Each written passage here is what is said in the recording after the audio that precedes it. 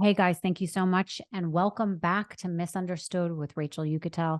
I want to say I really appreciate you tuning in every week, twice a week, making us one of the top rated podcasts in the country, Canada, and Australia. It's so helpful if you give us a rating, give us a review, leave 5 stars. It's very, very helpful and we appreciate it. We read every single thing that you post. So I just want you to know that I do appreciate all of you guys for coming back so consistently. All right.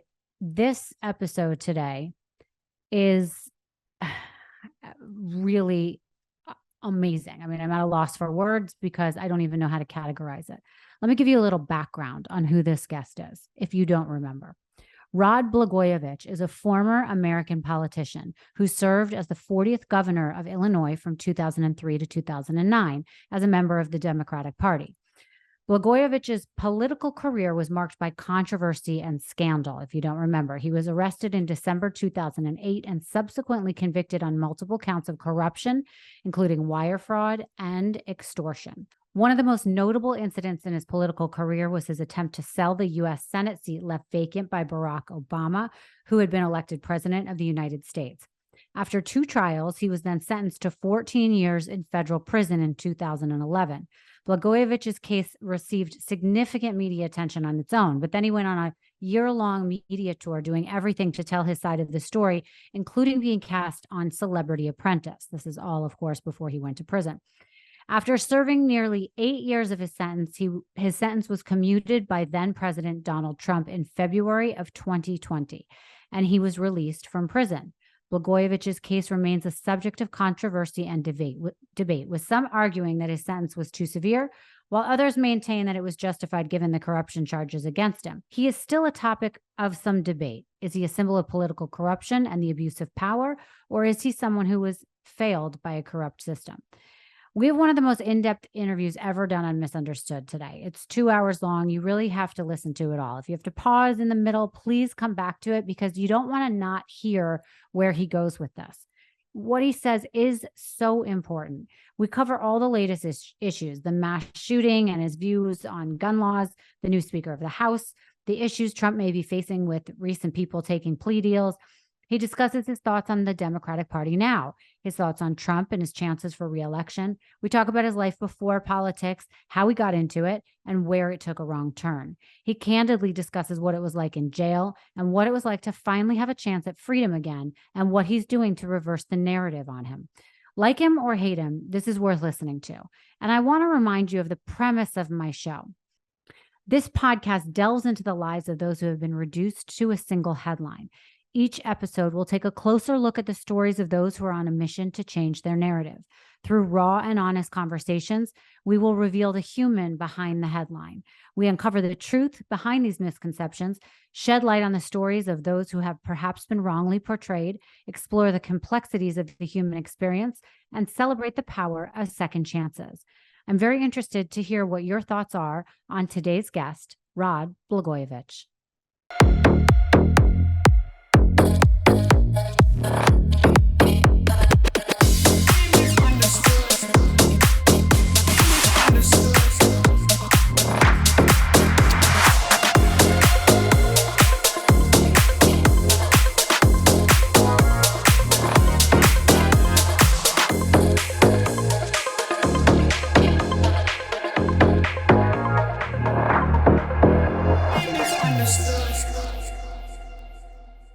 Governor Blagojevich, thank you so much for joining me at Misunderstood. I'm so happy to be here in person with you. Thank you for having me, Rachel. Hello. Absolutely. Okay. So it's been a huge week in the news, and I have an expert here to go over it. So before we get into you, I thought I could ask you a few questions about your thoughts about what's happening. Is that okay? Sure, of course. Okay. So finally, we have the next Speaker of the House, the little-known lawmaker from Louisiana, Mike Johnson. He prevailed after a chaotic process that saw 3 other nominees fail to get the votes. Did they get it right this time? Well, they've got a speaker. The question on whether or not they got it right remains to be seen. Yeah. Let's see what they do and how they approach it. But, you know, I spent 6 years in the U.S. Congress, and so I'm no stranger to those caucuses where you have to pick a leader. I want to confess to your audience that I actually supported Nancy Pelosi. Of that, I'll plead guilty. But He seems to be a guy that was able to build a consensus. Obviously, he did, necessary to be in the position that he's in. He's a supporter of President Trump, and President Trump supported him. And so if he's good enough for President Trump, then as far as I'm concerned, he's good enough for me. Okay, interesting. Do you think Democrats can work with him, considering that he was against certifying the election? I think Democrats will not want to work with him. They're going to be all about playing politics, which is what they've done since the Republicans took over the House in the last election. It's what they were all about when President Trump was president.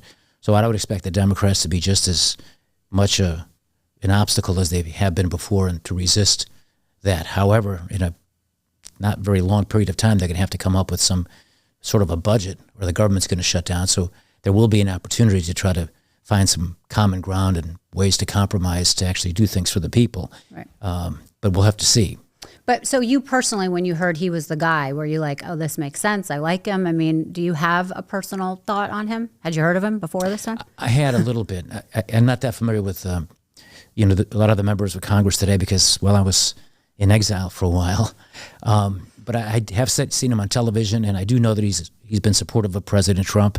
And today, the Republican Party is going through a political realignment. It's changing from the old corporate country club Republican Party that really had no interest in looking after the little guy's interests to the party that Donald Trump is making it into, a party that's about a lot of different things, including concern for working people.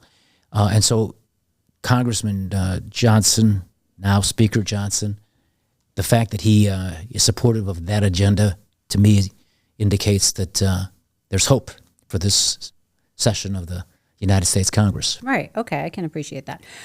Something else that happened this week. 4 Trump co-defendants have taken plea deals in Georgia. Who should Trump be worried will flip next? Well, I'm no stranger to that dynamic and how those federal prosecutors who are weaponized and rotten and dirty and dishonest and corrupt when they use legal things and routine practices and turn them into criminal things for political purposes. They did that to me. They're doing it to President Trump. They've been doing it to President Trump for a very long time. It's unprecedented. So with the power that they have, and it's an uncontrolled power, there's no check and balance on these people. With the unlimited resources they have at their disposal, they have the ability, and they're very skilled at shaking people down for things they want them to say. And if they say the things they want them to say, they'll go easier on them. If they won't say the things they want them to say, they'll go harder on them. And those 4 that you're talking about, know that reality. I'm sure their lawyers were advising them along the way. And it becomes, unfortunately, a real test of loyalty when you find yourself in that position. And very few people have the backbone and the wherewithal to stand up to that kind of pressure and do what's right. So if you're asking me, am I surprised by those 4 particular people? I'm not. Sidney Powell she was a wild card from the very beginning. She was sort of out there on her own making crazy allegations that were not part of what the Trump people were doing. Jenna Ellis was like in over her head, very young and very fearful and afraid. Scared, yeah. She said certain things, and then as soon as the pressure was on, she immediately caved in Colorado to save her law license and admitted that she lied. And then when this happened, it didn't take her long to fold. So those don't surprise me. Mark Meadows, don't know enough about the details of that, but I'm not really surprised about that either. But I do believe that really none of them can really say anything, if they're being honest, that would be harmful from a legal point of view to President Trump. The things that Mark Meadows is going to say are basically very much similar to the stuff I've experienced. So what? It's legal. The President of the United States and any citizen of our country has a right to question whether or not an election was properly run or not. There's nothing criminal about that. And when the president goes to Washington and exercises his right to, as a citizen, to redress his grievances, and tens of thousands of people go there to do the same thing, in other words, march on City Hall, this is supposed to be what we're supposed to do as citizens. Now, when some crazy people go off and do what they do and break laws, well, they're accountable and they should be held responsible for that. But there's no evidence that President Trump incited anybody to do that, nor can Mark Meadows say that. So I'm not really that afraid of that. What I'm fearful of is just this constant assault against one man and his family and his livelihood and his business, because he's an agent of change who wants to make things better, change things in America, and frankly, reorder the priorities of a place in Washington that's broken, that's really all about serving itself on the backs of the people. And this is why the establishment in both parties, the Democrat establishment, of course, but also that country club, Romney, Liz Cheney, Dick Cheney, Bush Republican Party want to destroy him. And this is probably, I think, the most serious constitutional crisis our country's facing since the Civil War. The idea that you can use weaponized prosecutors to bring fake charges on things that aren't crimes and inject it into the political process at the highest level. We've never seen anything like this before. And I would argue it's among the many reasons why we have to pray and hope and vote that President Trump wins so that that stuff stops. You mentioned Jenna Ellis. She seems to be the one so far that people are saying is the most damaging to Rudy Giuliani. If you were advising him, what would you say is his path for the future here? Embrace the truth. Ride the truth, no matter the consequences. And stand up to this and never give in. Now, I paid a heavy price for doing that and spent $2,000. Right, I was going to say, even if that means jail time? Yes, because the stakes are too high. And, you know, when you're in this business like I was as the governor of Illinois, when you've been as Rudy Giuliani has been, former U.S. prosecutor himself, mayor of New York City, and a very successful mayor of New York City, and I would hope that the American people don't forget his service to our country after 9/11 because it was heroic. But when you sign up for those positions like I did, like he did, like President Trump, you have a higher duty, a higher responsibility than just to think about yourself or even your family, as hard as it is to say that. You have a duty to protect the Constitution. You swore in the Holy Bible to do so. And when these corrupt prosecutors are doing what they're doing, when they're weaponizing themselves and criminalizing things that are political and routine and really legal, and that's the operative phrase, legal, they're destroying our country. And so real leaders never give in to that. They stand up, and I would fully expect that Rudy Giuliani will do that. He'll be a real leader like he's always been. And, you know, my heart goes out to him and what he's going through. But I have great admiration for his fortitude, and I'm very confident he's not going to give in. He's going to fight back, as he has been. Yeah, it seems even today he made a statement that he is going to continue on the path of truth. So we will see where that goes. Michael Cohen was testifying this week in Trump's civil fraud trial. How credible do you think he was? Not credible at all. He's a big liar. He's a sleazy, cowardly scumbag. I was in prison with guys like that, white-collar wimps like that Michael Cohen. Can I say this? That guy deserves a good old-fashioned Chicago neighborhood playground ass-kicking. Okay? Wow. He's a sycophantic guy who holds on to the coattails of a guy who's going up like Donald Trump, probably was an ass-kisser every step of the way, and then as soon as there was trouble, he does what he does and flips against the guy and lies against the guy that frankly made him. It's sickening, and yet it's common. It's not uncommon. Human nature being what it is, there aren't a lot of guys that have the backbone of Trump, or frankly me. And so I have nothing but contempt for him, and I wouldn't believe a word he says, that he's already been found to have lied, and he changes his story all the time. And when people change their story, I think that tells you they can't get the truth right because they're not telling the truth. Right. Okay, in the last 24 hours, there has been a mass shooting in Lewiston, Maine. At least 18 are dead that they've confirmed as of today. It's prompted a manhunt and lockdowns there. When you were in office, you were an advocate of gun control. Has anything changed since you were in office, and how do you feel about what's going on right now? Well, of course, our hearts go out to all the people who were killed by this maniac who did that, and their families and their loved ones, and we hope and pray that this guy's apprehended as soon as possible. I don't know if the latest news is on whether or not they caught him yet. They haven't as of now. Yeah, but so he's a real serious danger to wherever he may be. And of course, it's obvious that he needs to be brought to justice. You know, when I was a congressman representing a city district where crime is rampant in Chicago, the issue of gun control is very real to us here. And I have to say that the NRA was never a big fan of mine. In fact, one year they gave me an F- rating. I think I deserved a D, frankly, but they gave me an F-. Okay. So I support a thing? F-. Wow. Yeah, an F-. And so my politics was different back then because my priorities were different because of the district that I represented. I've learned a lot through the many years since I've been in politics about a lot of things about life in different ways, but certainly the way I view politics today is a little bit different than it was back then. And the cynical aspect of it, the fake part of it, is a lot more profound to me. It's a lot more obvious to me than it was back then. Because what's unfortunate about the Democrat Party, my party, and you have to include me in this because I was doing it back then, although I really believed my heart was right. I felt like, and I still do, that as much as you're asking law-abiding citizens to make sacrifices, they really need an AK-47. I think there's some guns that are just so inherently dangerous that should not be legal, and I haven't changed my position on that. But I do think that when you live in a place like Chicago where crime is rampant now, we have a mayor and we have a Governor Pritzker and our Mayor Johnson, who have pushed through. Pritzker did it, Democrat Governor Pritzker, these no bail laws that are sending signals to the criminal element. It's very real and organized, the gangbangers, that there are little or no consequences. And they also know that the police are on the run because the Democratic leaders like Governor Pritzker and before him, Mayor Johnson, Mayor Lightfoot, don't have the backs of the police officers. The city of Chicago is facing a major serious crime problem. Violent crime, muggings are up, carjackings are up, and the murder rate continues to soar.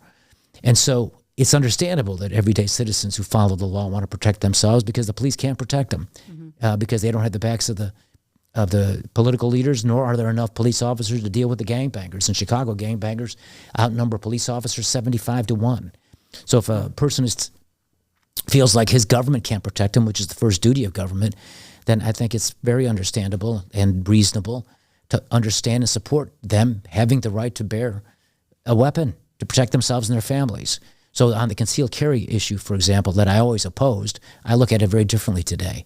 Then the other thing I would say to your listeners is there's so much baloney in politics. It's really maddening on both sides. But the Democrat side is every time there's a terrible shooting, they start calling for gun control laws and all the rest. And yet they don't do what is necessary in the process to actually pass those things. Make it happen. Yeah. And they don't want to pass those things because they'd much rather have that issue than actually make the communities and streets safer. And the biggest loser in that kind of fake politics by the Democratic Party is the black community. Because it's in the black communities where crime and violent crime continues to be higher than any place else. And it's in the black communities where there's a real need for law enforcement and for police to protect them. And it's really upside down in so many ways. The Democrats claim to be the friend of the African-American community, when in so many ways they're the reason that conditions in too many of those neighborhoods continue to be difficult and strained and crime-ridden as well as poverty-ridden. You brought up something before that I think I really want to touch on. So as someone who's not in politics, doesn't have this conversation with people like in a serious way, but is someone who watches these things happen continually in the news, these mass shootings, why is someone allowed at the age of 21 to buy a semi-automatic assault rifle? It makes no sense to me. I just am baffled by, there's a difference between the freedom to buy guns for whatever, for protection, for shooting, for, whatever it is. But like, why would anyone need a gun like that? Like, really explain that. I just don't get that. No, and I haven't changed my position on that. I agree. Yeah. I think those should be banned. There's a gun called a 50 caliber sniper rifle that can shoot, has a range of up to 4 miles. Right. And it can knock through brick walls. That's available. That's actually people legal. Are saying they're buying this for hunting. I mean, how are they getting these guns? I just don't understand it. It doesn't seem like common sense. Well, they're legal. And the NRA and the other organizations that protect the rights of the gun owners resist any kind of effort to even try to address that and make those illegal. Now, they would argue, and there's merit to what they say, they argue an argument that I always dismissed back then when I was getting those F-minuses from the NRA. But today I see that there's a lot more validity to it. They argue that it's a slippery slope, that if they give in on one of these type of weapons, then these proponents for that are going to keep going after more and more of them. I always felt that that was a false argument, but in reality, they were right and I was wrong. They're right.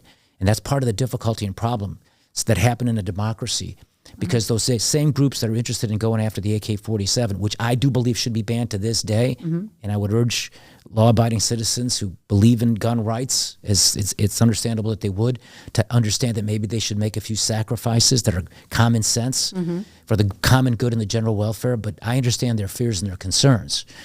And the problem with that kind of view is that on the other side, there's certain things that the political left is interested in doing that is crazy.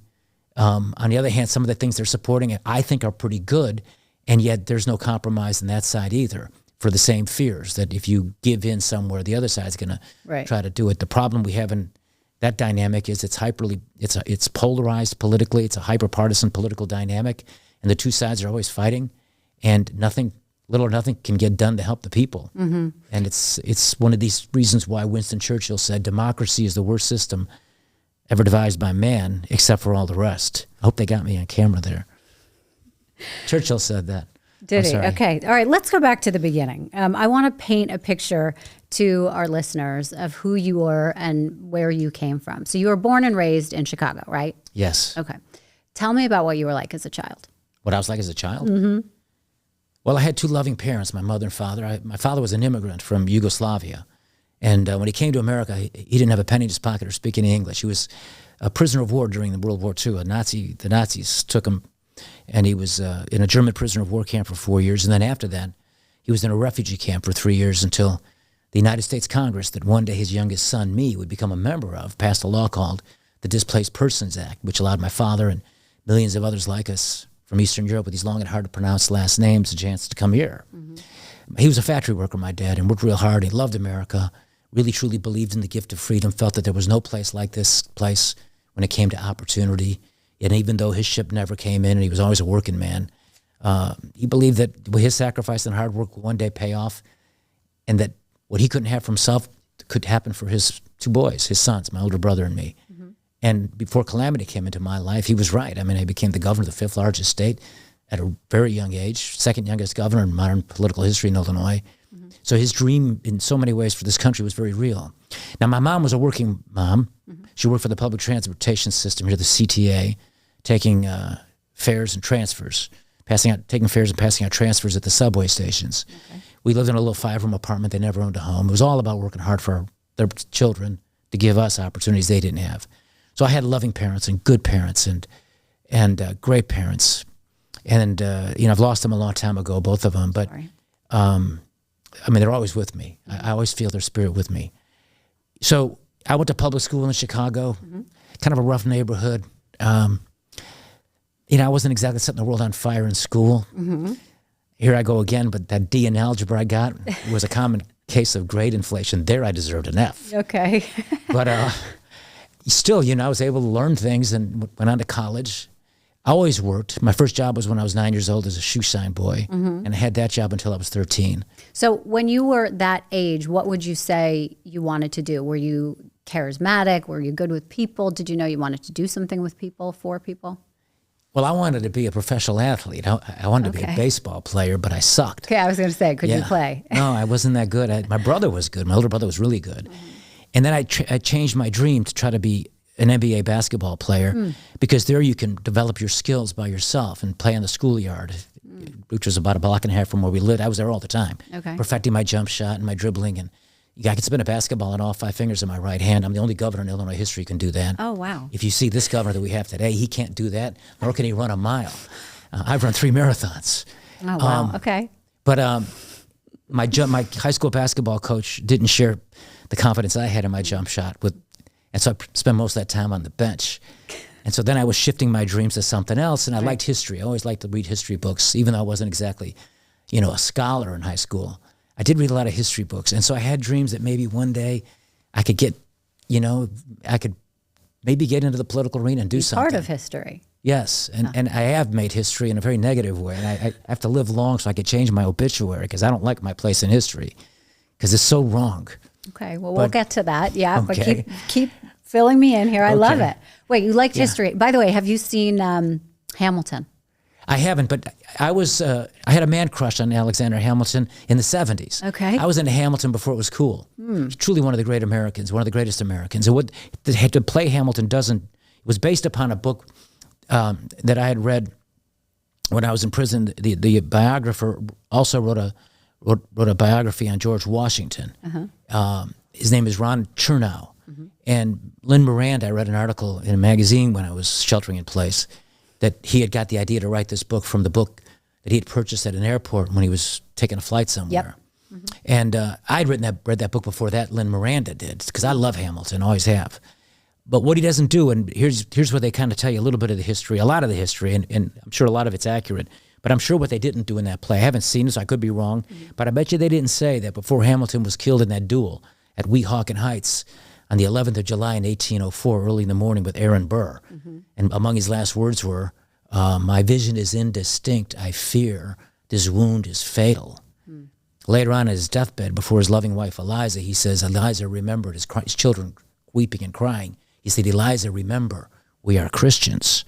What they don't say, the sort of liberal interpretation of Hamilton was that when his political fortunes had soured and had gone, and he was isolated politically towards the end of his life, and his son had lost a duel defending his father's honor 2 years before, his oldest boy, his firstborn.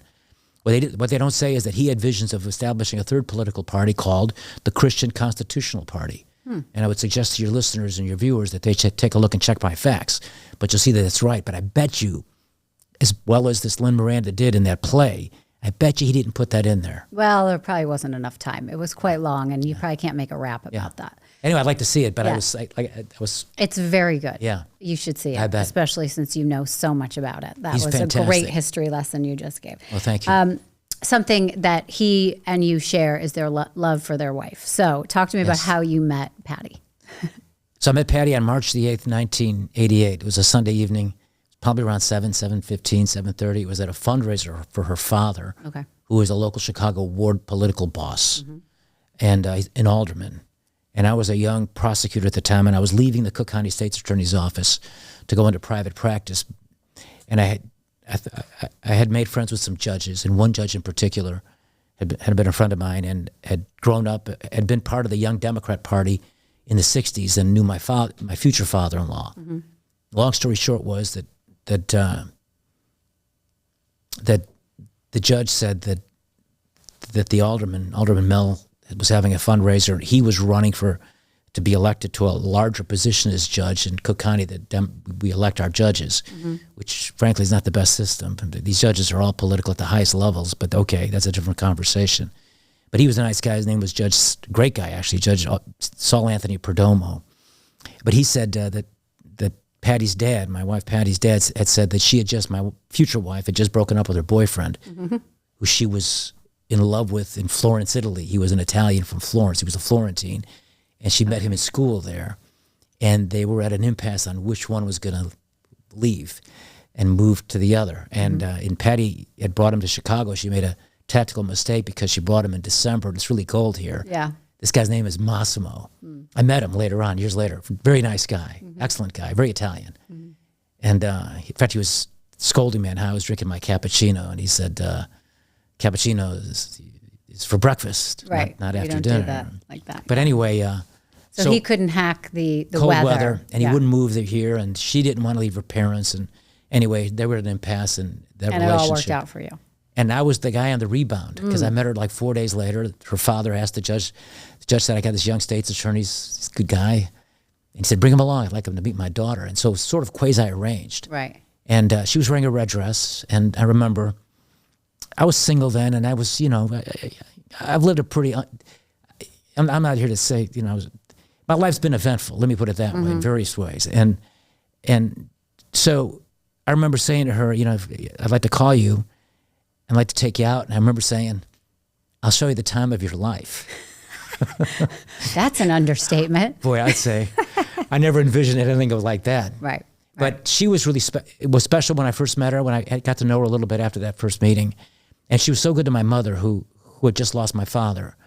And it didn't take long, and I was in love with her very soon. And it was like my first winning campaign. I had to persuade her that, I was the right guy. And, I think I did, but I don't know that she to this day thinks that maybe that was the right decision. So before then, were you into politics at all?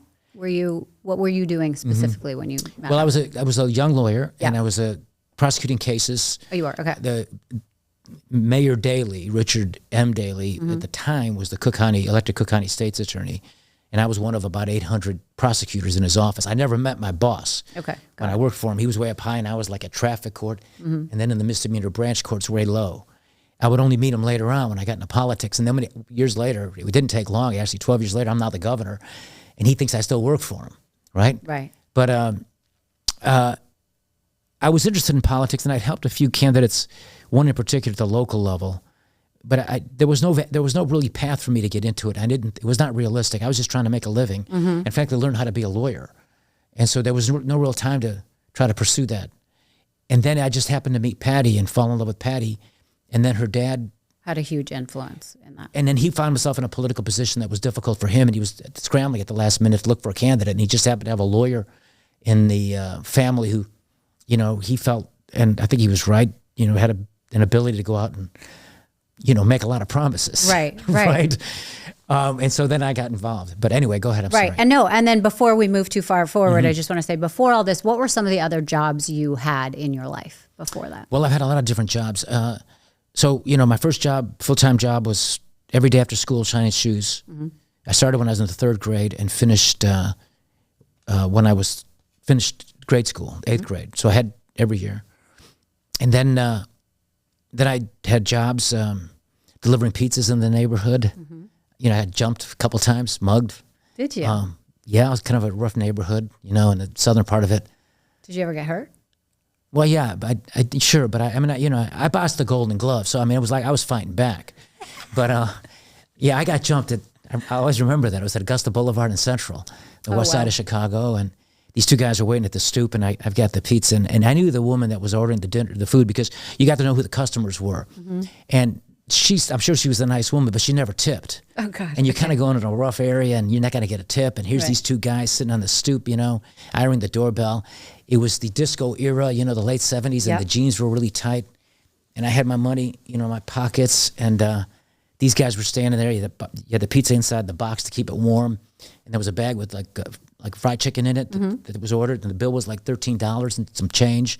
And she gave me a $20 bill, which was hopeful to me because I'd have to give her change, and a lot of times the customer would say, "I just keep $1," right? Which was a good tip back then. Okay. But I would have been lucky for a quarter, frankly. Well, she wanted every bit of it, and I gave her all back. And I remember saying to myself, "No tip." Turned around. Next thing I know, this guy gives me a right cross across the face, and I was like stunned. And the two of them, give us your mother.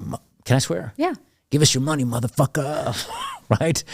And then when I came to my senses, because I bossed Golden Gloves, I had a decent right hand, and I was able to hit one of them. And then I was able to extricate myself from the other guy dragging me. I got to my car where I had a pipe. You always kept a little weapon in there but I should have had it with me when I walked up. And then I was able to ward him off. As I'm driving back, I'm spitting part of my back tooth out because my mouth was closed when I got hit. And then I got into the pizza place, and my boss, an immigrant from Sicily, great guy. His name was Joe DeVita. And his wife, she was great. She was really nice, and she really liked me. They both had she had a real strong Italian accent. She recently had moved to America. He had come here at a young age, but he still had a slight accent. And, I was bleeding a little bit, and I was a little bit angry. Jesus Christ, Joe, you sent us to a place where they never tip. And he goes, did they get the money? No, they didn't get the money, and I gave them the money. And she's over there nursing me. She was so sweet. And so did he tip you for keeping the money? Did he give you a little bonus? No, he didn't. But oh gosh, he had a business to run, and he had he had other drivers he had to take care of. But so I had that job, and I worked at a meatpacking plant in Philadelphia the summer of 1977. It was actually in Chester, Pennsylvania, a place called Medford Meats. Back then they did the Franks for the Phillies games, the hot dogs for the Phillies games. I don't know if they do it now. Well, then I had a couple of jobs on the Alaskan pipeline. When I was right out of high school, I was able to get a job up there because my father left us at the age of 63 to take a job at the Alaskan pipeline as a janitor because the pay was so good. Right. So I spent 2 summers working on the Alaskan pipeline, washing pots and pans, 10 hours a day, 7 days a week, double time on Sundays, time and a half over 40. Right. And then... great place to learn some good values. Yeah. And surprisingly, as you know, you being from Anchorage, but up in Fairbanks, I was at a place called Pump Station 6, so it was about 90 miles north of Fairbanks. But in the summertime, much to my real surprise, there were all these mosquitoes. I don't think people realize, but in Alaska in the summer, there's a lot of mosquitoes up there. Yeah. And they're really big, right? Yeah. When I met Sarah Palin, by the way, I remember telling her about that. And then we talked a little bit about that, and then I mentioned that I had a law school roommate that was from Palmer, Alaska. And she asked me what his name was. And I said, really? Alaska's so small, you might know this guy? And it turned out, not only did she know him, she appointed him Attorney General of the state of Alaska. Oh, wow. Yeah, his name is Talis Kohlberg. Excellent guy, by the way. It's a small place. Isn't that something? Yeah, that is something. All right. So were there any other jobs before this? Then you obviously got your law degree. Oh, yeah, well, there were jobs. I worked at a place called Concrete Products when I was in high school. And I had a job at Hilton Head Island, South Carolina, working this resort, which was a pretty cool job. I mean, I worked every day there, but it was cool, and it was, it's like an upper class area, so I was able to learn some things about life. In fact, Leon Spinks was the heavyweight champion of the world at that time. He had beaten Muhammad Ali, and he was training for his rematch, which was going to be held in the fall of '78 in New Orleans. And I could tell, I'd see him at this place called the Ribbit Room, which was the disco place on the island, and disco was big back then. And I had that kind of look, that disco look. So, not that I danced disco, but I had the look. No, you had the hair, you had everything. Yeah, my hair, and maybe some of the mannerisms, because the Travolta character, Tony Manero, in that movie was from Brooklyn. Okay. And I came from Chicago, city stuff. And anyway, I went out, because I had boxed Golden Gloves, I got to know him a little bit, and I went out some mornings running with him to train for the fight. But I could tell he wasn't training like he should. And it was likely Muhammad Ali was going to reclaim the title, and sure enough, he did. Should have bet on that one. Should have bet on that one. Well, it seems to me you're very well-rounded, that you've lived a life, up until you got into politics, where you got to try a bunch of things, do a bunch of things, be a commoner, so to speak, be one of the people, and see what it was really like to start at the bottom, right? Yeah, I did. I think that's right. I started at the bottom in the economic. I mean, there were people poorer than us. We weren't poor. I mean, my mother and father were both working, but it was a little 5-room apartment. My brother and I, for a while, shared the same bed. And so I was, in that sense, not a lot of advantages. But I'll tell you what I think is most important for any person, and I hope this is the case. I know it's the case with my daughters, with their mother, because I missed most of bringing up my children when I was gone those years. Yeah.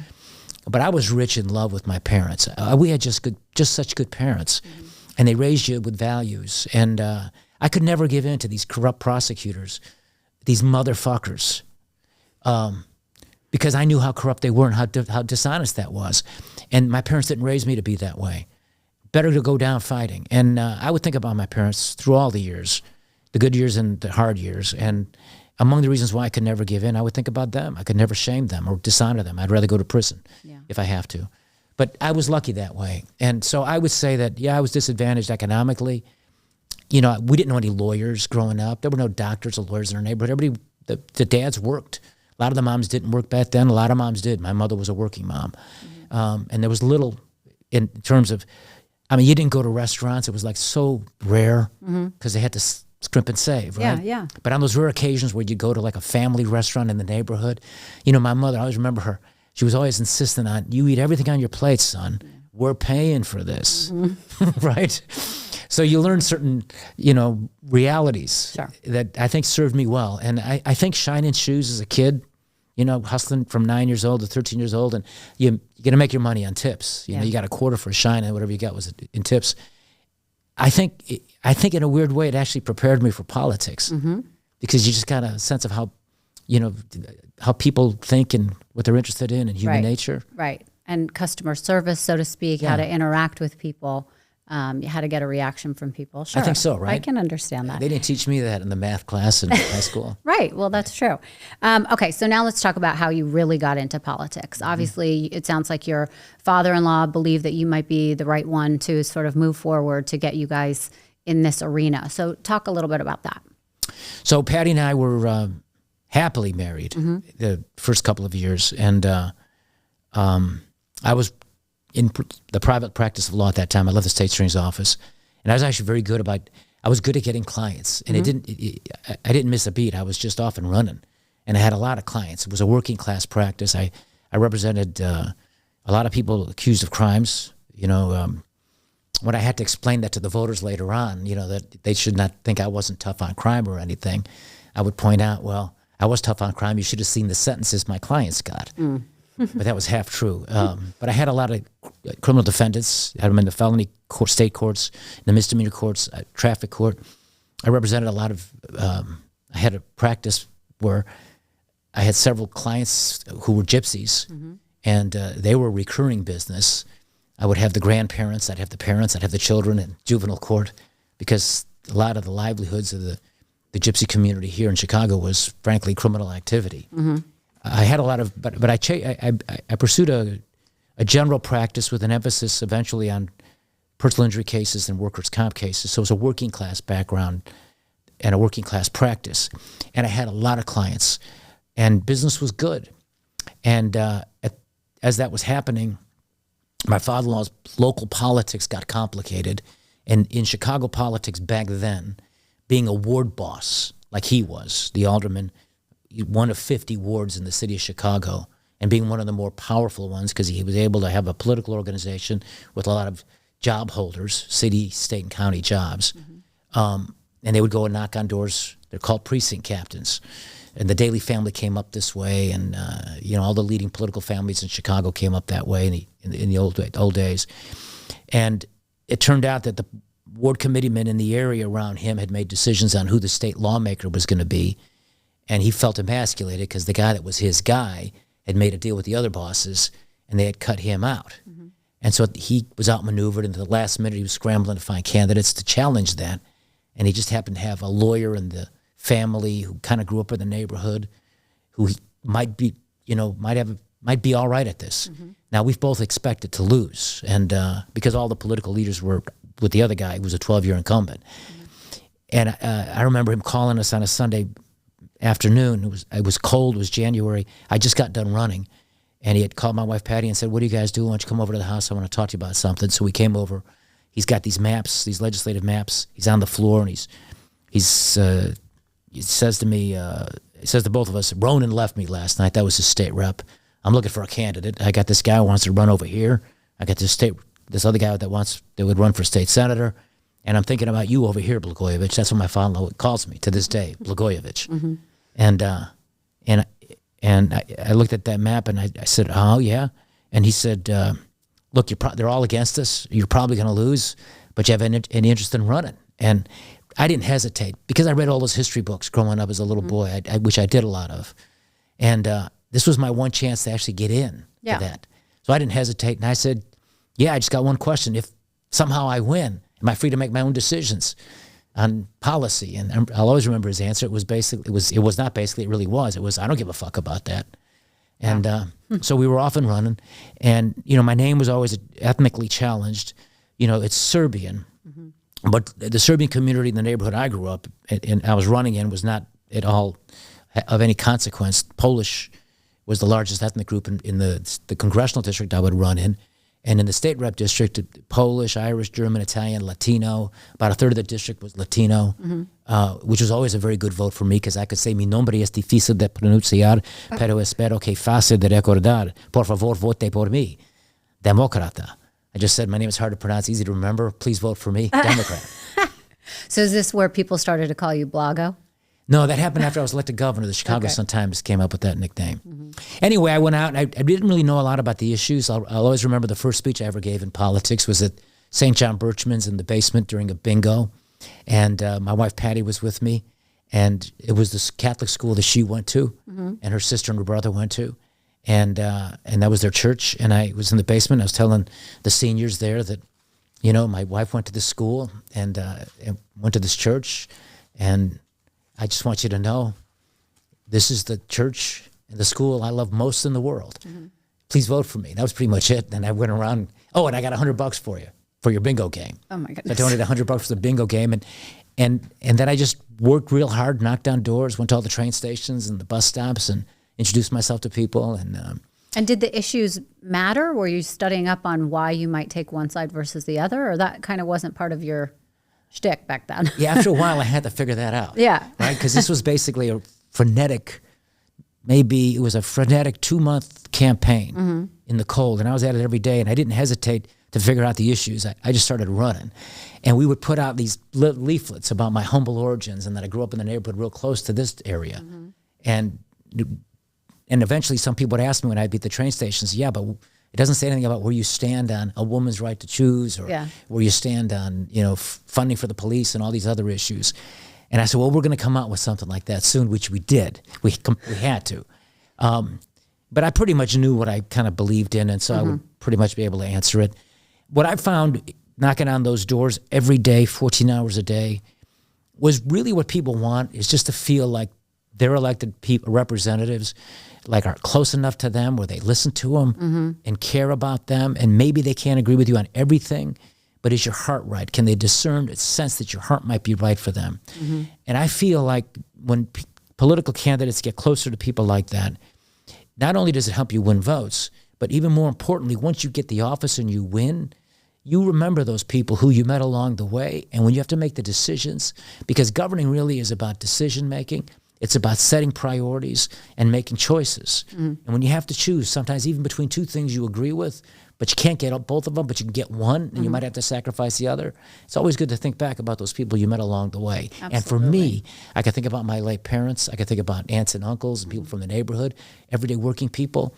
And I could then take that and use that as a guide on what might be the right thing to do. So when I was governor and I was able to give free public transportation to every senior citizen and disabled person, that was rooted in my life experience. When I gave health care to all the kids in Illinois, when I had the power as governor, it was rooted in my own life experience and what I saw growing up. Yeah. So when you first heard that you won, I mean, how did you react? Yeah, it was, I'll tell you, and I think your listeners might find this interesting. My mother was a widow by then. She was a senior citizen. She was home. And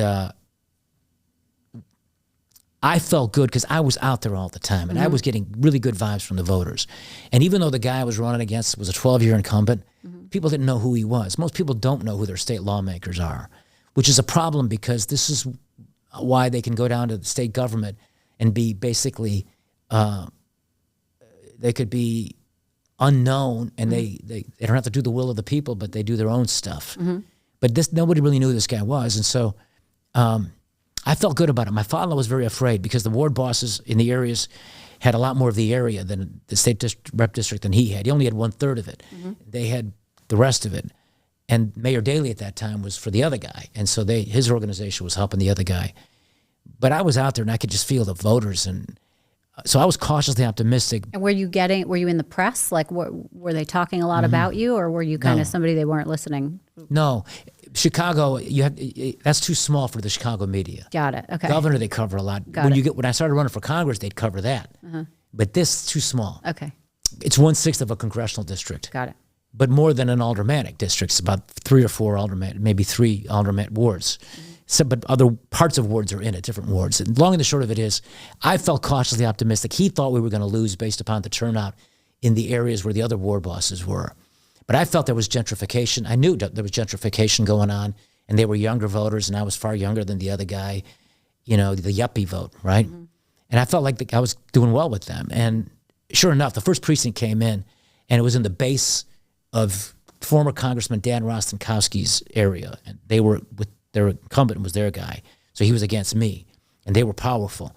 But I only lost that precinct by maybe 20 votes. And right then, my father-in-law said, you won, because if we're only losing like that there, imagine what you're doing everywhere else. And sure enough, I won with 61% of the vote. It was really, really big. And I called my mother, and I said, Mama, I won. And she said, oh, son, here's what she said to me. It's almost prophetic. She said to me, oh, son, I'm so proud of you. I'm so proud of you. And only if your father was alive, he would be so proud of you. Now remember, son, always be for the people. Remember where you came from and be for the people. I said, I will, Mama, I will. And then she said to me, one more thing, son. I said, what's that, Mama? She said, be honest, son. Don't ever take bribes. Wow. Right? And I said, don't you worry, Mama, I won't do anything to dishonor you or the memory of my father. And then she said, do you think you can get Aunt Violet's son-in-law a job? Which is typical Chicago politics. Right. Yeah. Well, he didn't get a job. I was just going to ask. And I went to prison for alleged bribery, but I didn't do it. And one day the truth will come out. Well, okay, so let's skip to that part now then, if you would. So you're a governor. How's it going? How do we get to this part where you fall into some trouble? Explain that to the viewers who might not remember, might not have been interested. Just explain it in layman's terms what happened. Well, I'm writing a book about it. Okay, and good. it's I have over 50,000 words already written. And the story starts with Obama and finishes with Trump. and in between it's me in prison. And so I write about those experiences because they put me in the higher security prison where no governor's been. I was in there with Crips and Bloods and Sureños and Norteños and Tejanos and Aryan Nation Nazi white guys. I mean, different gangs. Wow. And there were murderers in there. My home was a 6-foot by 8-foot prison cell. I mean, I got real street cred when it comes to prison because I was in real prison for almost 3 years before I went to the camp after that. So I'm writing about that, and I write about the different stories. You know, one day I'm teaching a Civil War history class with Sox, a bank robber from Central California. He was a real nice guy. He did it, but he doesn't mean he's not a good guy. I should say he's actually a good guy, but he shouldn't have robbed that bank. Right. But then I tell stories about, you know, Obama and I coming up together in politics and you know, how I was the first governor in America to endorse him against Hillary Clinton and get him started. So I'd been governor for 6 years. I was the first Democrat governor elected in Illinois in 2002 in 26 years. And I won by a substantial amount. And I was very young, the second youngest when I was about 44, 45 then. And at that time, believe it or not, people were talking about me as a potential presidential candidate. And I was being invited to places like Hollywood to go raise money, and New York, where I would run into Donald Trump, by the way, in December of 2003 when I was out there on a fundraising trip with Chuck Schumer, one of Chuck Schumer's top fundraisers. Anyway, my political fortunes were really high, and it was really unbelievable to me that, you know, that I'm the governor, fifth largest state, and I got all this power. On the other hand, it was good because you can really do things with that power. Sure. I feel like I was a great governor, and I feel like I know this sounds, you know, not humble, but I truly believe I was the best governor in modern Illinois political history for the things I did for people. You ask yourself, and maybe your viewers or listeners ask themselves, what did your governor ever do for you that you can actually identify? But I would get letters from moms when I was in prison thanking me for the All Kids program, thanking me for the ability for a working mom to be able to address her child's cancer and save that child's life. I got a lot of letters like that. I would get letters from parents about the stuff that we did for kids who had autism. I would get letters from elderly people thanking me for the free public transportation that I was able to give them, and disabled people who did that. 3- and 4-year-olds got to go to preschool, every one of them, when I was governor. We did open road tolling, which allowed commuters to move to and from where they're going around the suburban areas with less traffic, less pollution, and saving about 30 minutes a day on commuter time. A lot of stuff that we did without raising taxes on people. Now, to get it done, I had to fight. And I had to fight against the establishment. Of course, the Republicans opposed me, but my bigger problem was the Democratic establishment that had been in place for 43 years, led by this guy named Mike Madigan, who created a political empire where he got rich, his family got rich, his friends got rich. And so it was a fight every step of the way. And when you do that, and you remember where you came from, and you're trying to be true to your values and the people that elected you. And I know this sounds like bullshit, but I'm telling you it's true in my case, because I think I'm the only guy in Illinois politics who didn't get rich in the business. But I would fight and make enemies to push this stuff and get it through. And eventually when I rewrote a bill that they did that raised the sales tax in February of 2008, and I put free public transportation in there to give it to the seniors by using my executive authority, Democratic lawmakers were pissed off at me for using that authority to go around them. And that's when Madigan and the Democrats began talking about impeaching me 8 months before eight months before I got arrested, 10 months before I got arrested. And I believe that they had a hand in some of that. I'm so cynical about the corruption in the federal prosecutor's office and the weaponization when I see what they're doing to President Trump. I think it started with me. And I think at the AAA level, they did it to a Democrat governor. I think these prosecutors, you know, it's a playbook that they follow, then took it and are now doing it to a Republican candidate at the major league level. And so they had targeted me for 5 years, and I knew it. And so we were super careful to try to make sure we didn't do anything wrong. And I frankly felt like, go ahead, investigate. Because if there is something going on that's not right, we should make sure we correct it. But I never in my wildest dreams thought that they would actually, you know, make up things to get me after they had invested 5 years chasing me and came up with nothing. And then they criminalized these conversations that were taped where they're all legal, but they only played 2% of them. And to this day, 98% of those tapes are covered up by those prosecutors. Right. So, okay, let's get into that though. And like what actually happened. Sure. So I think the worst thing, and you went on a media tour and people sort of said this in your face the whole time, that you were caught saying, we got this thing, it's fucking golden, I'm not giving it up for nothing, right? Something along those lines. Right. That sounded a little criminal to people, right? Sure, yeah. It's inflammatory. Yeah, right. So what happened? I mean, what went wrong, do you think? Well, what they don't do? By itself, is that a crime? I got this thing and this is fucking gold. I'm not giving it up for nothing. No. Is that a crime by itself? No, of course not. It is not. What do I say next? I don't know. They don't talk about it. And they know, Right. but it's covered up on the tapes. Okay, so They're you tell me lying then. scumbags. Pardon me? So you tell me what was next. I think I joked and said something like, too bad my nephew Alex is, he's turning 29 today. Too bad he's not turning 30. I can make him a senator for his birthday. Right. It was something along those lines. Right. Those were all legal conversations. And let me say this to your viewers and your listeners. When you come out of Chicago politics, and there is a lot of corruption in Chicago politics and in Illinois politics, the guys who are making money in the business and taking cash and things like that, no one has ever accused me of taking a single penny in any of this stuff, nor did I. And that's one of the great ironies here. In fact, nothing happened. Right. There were requests for campaign contributions, and the people that were asked, I didn't even make the asks, but the aides that did this for me never promised anything, never threatened anybody, because that's the standard. So, well, I was trying to make a point about these, I guess about the tapes or something, but my point is, they won't play those tapes because they're covering up what they did, and they criminalize things that were legal. Everything that they have me saying, I said. Did I say fucking golden? Yes, I did. Not a crime. If you got me saying, I want J.B. Pritzker to give me $100 million because he wanted to be a senator, he had called me asking me on tape to make him a senator, that's the guy you sell it to. Right. He just spent $400 million making himself governor twice. Right. Pritzker's a billionaire. He inherited it from the Hyatt Hotel fortune. I could have said, hey, yeah, J.B., I'll make you senator. Give me $50 million. Right. That would have been clearly criminal, and I should have been thrown in prison for 100 years.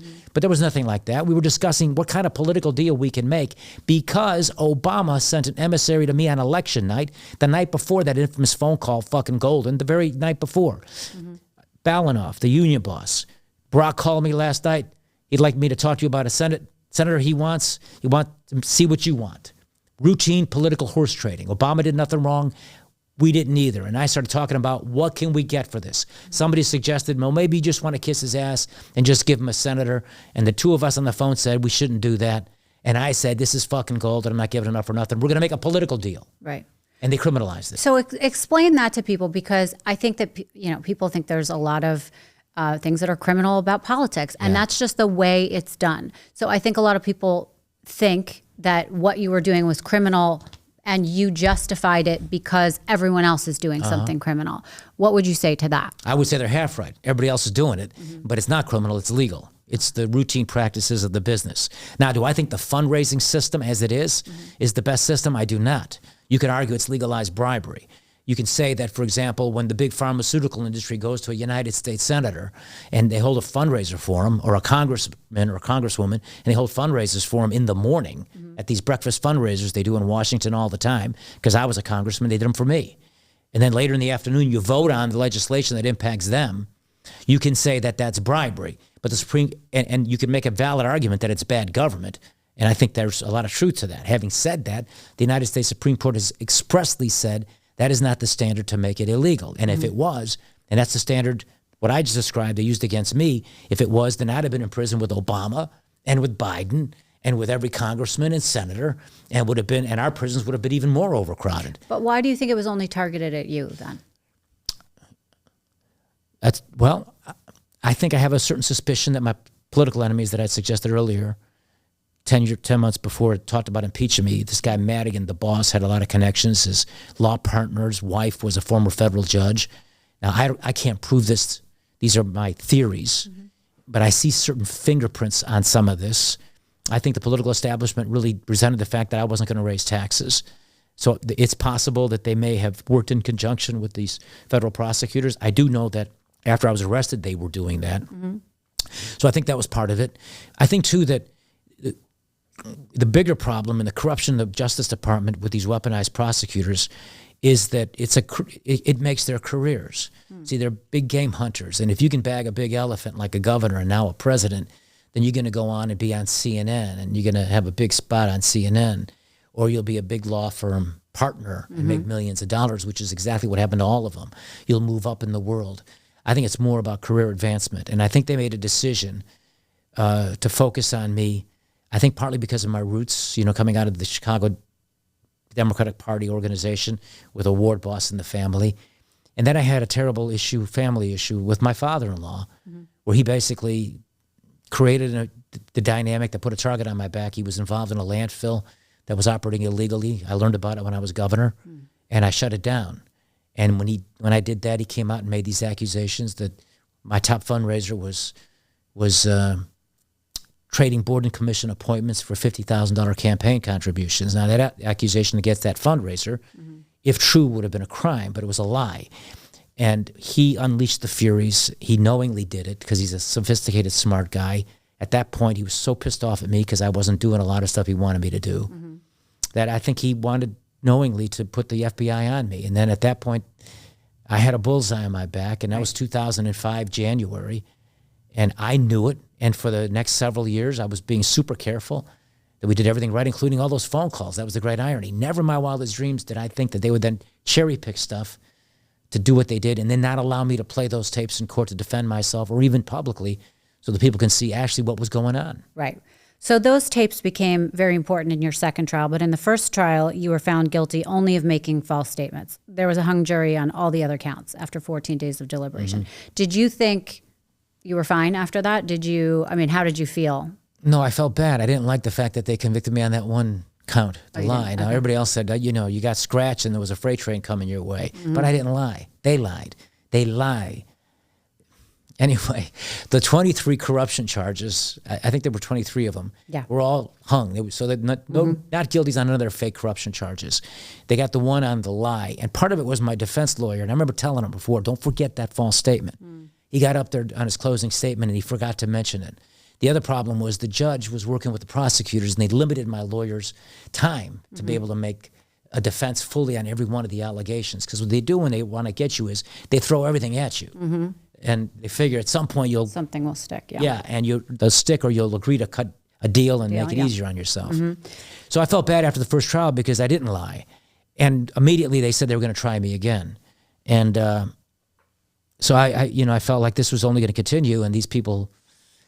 Look, I knew I had to fight back, and I felt like if I get a fair trial, there was no way I could lose. And notwithstanding not getting a fair trial at the first trial, they still couldn't convict me because their case was so flimsy. At the second trial, it was a kangaroo court. But deep down along that whole process, as I was fighting back, I just knew deep down that I was a dead man. I just knew they had so much power. And unless I give in and try to make some sort of a deal, I'm dead. And yet I was determined that I'm going to go down fighting. And I was aware. Had they offered you deals that you They did after the first trial. After they failed to convict me at a first trial, they sent my brother to me to ask my brother to plead guilty, and they would cut the charge. They would cut him loose because my poor brother, completely innocent, was brought into this to use as a pawn against me. And I told my brother that I just couldn't do it, but they still dropped the charges against him, and they got him to agree to not testify on my behalf at a second trial, which is very disappointing, but he had to protect himself. But no, they dangled 18 months. My lead lawyer, he was afraid they were bugging his office, so we had to sit in a car, and he was telling me, 18 months, and that his office is in Hyde Park, the neighborhood where Obama's from, and he said that Obama wants this to go away. You should really strongly consider the 18 months. But I could never do it. And you felt you had truth on your side. I know I had truth on my side, and more than that, I felt the people that were doing it needed to be held accountable because they're corrupt. The people of Illinois elected me twice in elections. Who are these people to undo the will of the people? And so I felt like I could never give in for a variety of reasons, not the least of which is they should be brought to account. And who knows, maybe one day, truth crushed to earth will one day rise again because no lie can live forever. Martin Luther King said that. Now, incidentally, up to this point, I think people might have thought that you took this a little bit as a joke or not very seriously, because you did go on a big media blitz and you were on everything, including Celebrity Apprentice. Why did you do that? Did you think the court of public opinion would somehow help you in that, or what was your thought process? So the lawyers would argue that that was the strategy behind it, but it wasn't never for me. No, that they came out and made these outlandish, outrageous allegations against me. Look, you got to be the biggest fucking idiot if you think that you, as a governor, you could sell Barack Obama's Senate seat in 2008, December, after he was the first black American president to be, African American to be elected president of the United States, a historic figure and what he represented, and an international demigod at that time. How are you going to get away with something like that? And so they arrest me at 6 o'clock in the morning with SWAT teams around my house. I'm a sitting governor. They got me handcuffed. I don't know what it's about.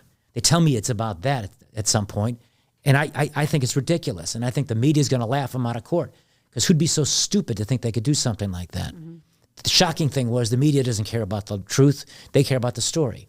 And so rather than go out and actually challenge them, show it, prove it, play the tapes, it was all dumping on me.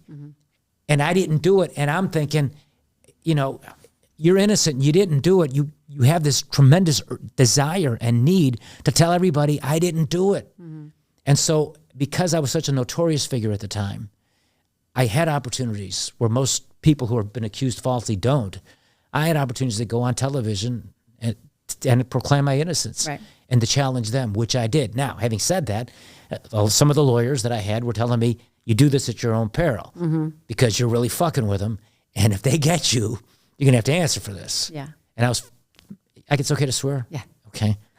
I'm not running for anything anymore, so I'm just flinging it around. Go ahead. But in any event, I had that need, you know, to try to tell everybody that I didn't do it.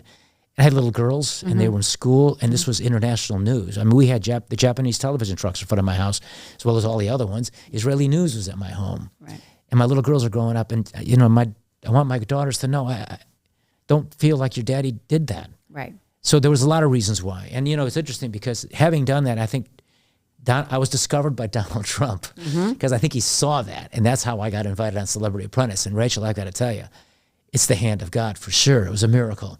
Because had I not been on Celebrity Apprentice, I'm still in prison till May of 2024. Right. It was a 14-year sentence they gave me. That's right. That may have been your saving grace. Absolutely Celebrity was. Apprentice. So I'm curious of your opinion of him or your perception of him in that way, when he was not this political figure and had, you know, and could have an effect on where you ended up in life. What was he like? He was great. And, you know, I want to say that I never in my wildest dreams when I was on Celebrity Apprentice, and we filmed it in October of 2009. So he doesn't get elected president until 2016. He doesn't announce until the spring of 2015. So years before I'm on Celebrity Apprentice, never in my wildest dreams do I imagine he's ever going to run for president, much less get into politics. Right. This is Donald Trump, superstar, Celebrity Apprentice, TV personality, billionaire real estate developer, successful businessman, larger than life, you know, a guy who, you know, who had a tremendous following, author, best-selling author. I mean, he had golf courses around the world at the time that I knew him from the show. It never crossed my mind. And he was a larger-than-life figure then as he is now. So, did you guys chum around at all? I mean, did you spend any time together?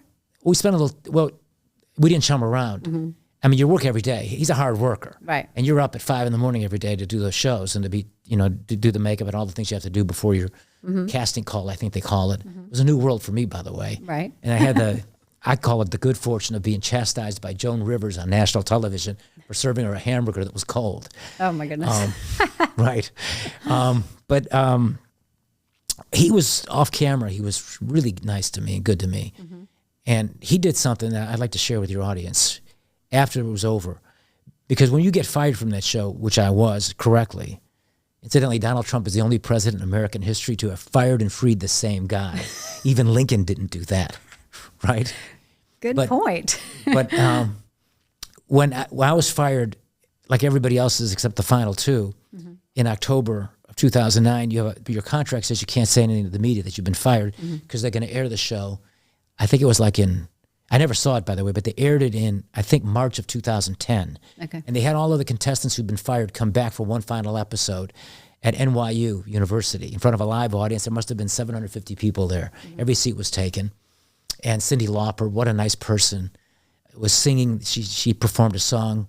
The two finalists was a rock star by the name of Bret Michaels, who apparently is very well known. I'm an Elvis fan. He is too, by the way, and a real nice guy. But I'd never heard of him, and so he was on the show. And he was in the finals with Holly Robinson Peete. She was a TV star. Yep. She was very nice, and others, and Darryl Strawberry played for the Mets and the Yankees. Great guy. Mm-hmm. We all had been terminated, but we were back there on stage. Mm-hmm. And Trump was throwing me questions, and some of us questions, and he threw me a few more because I think he wanted to give me a chance to, have airtime. Mm-hmm.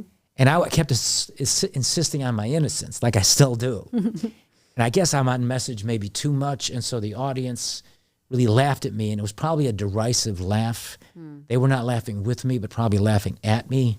Mm. And it was noticeable. It didn't bother me. I was in the business and pretty thick-skinned. Mm-hmm.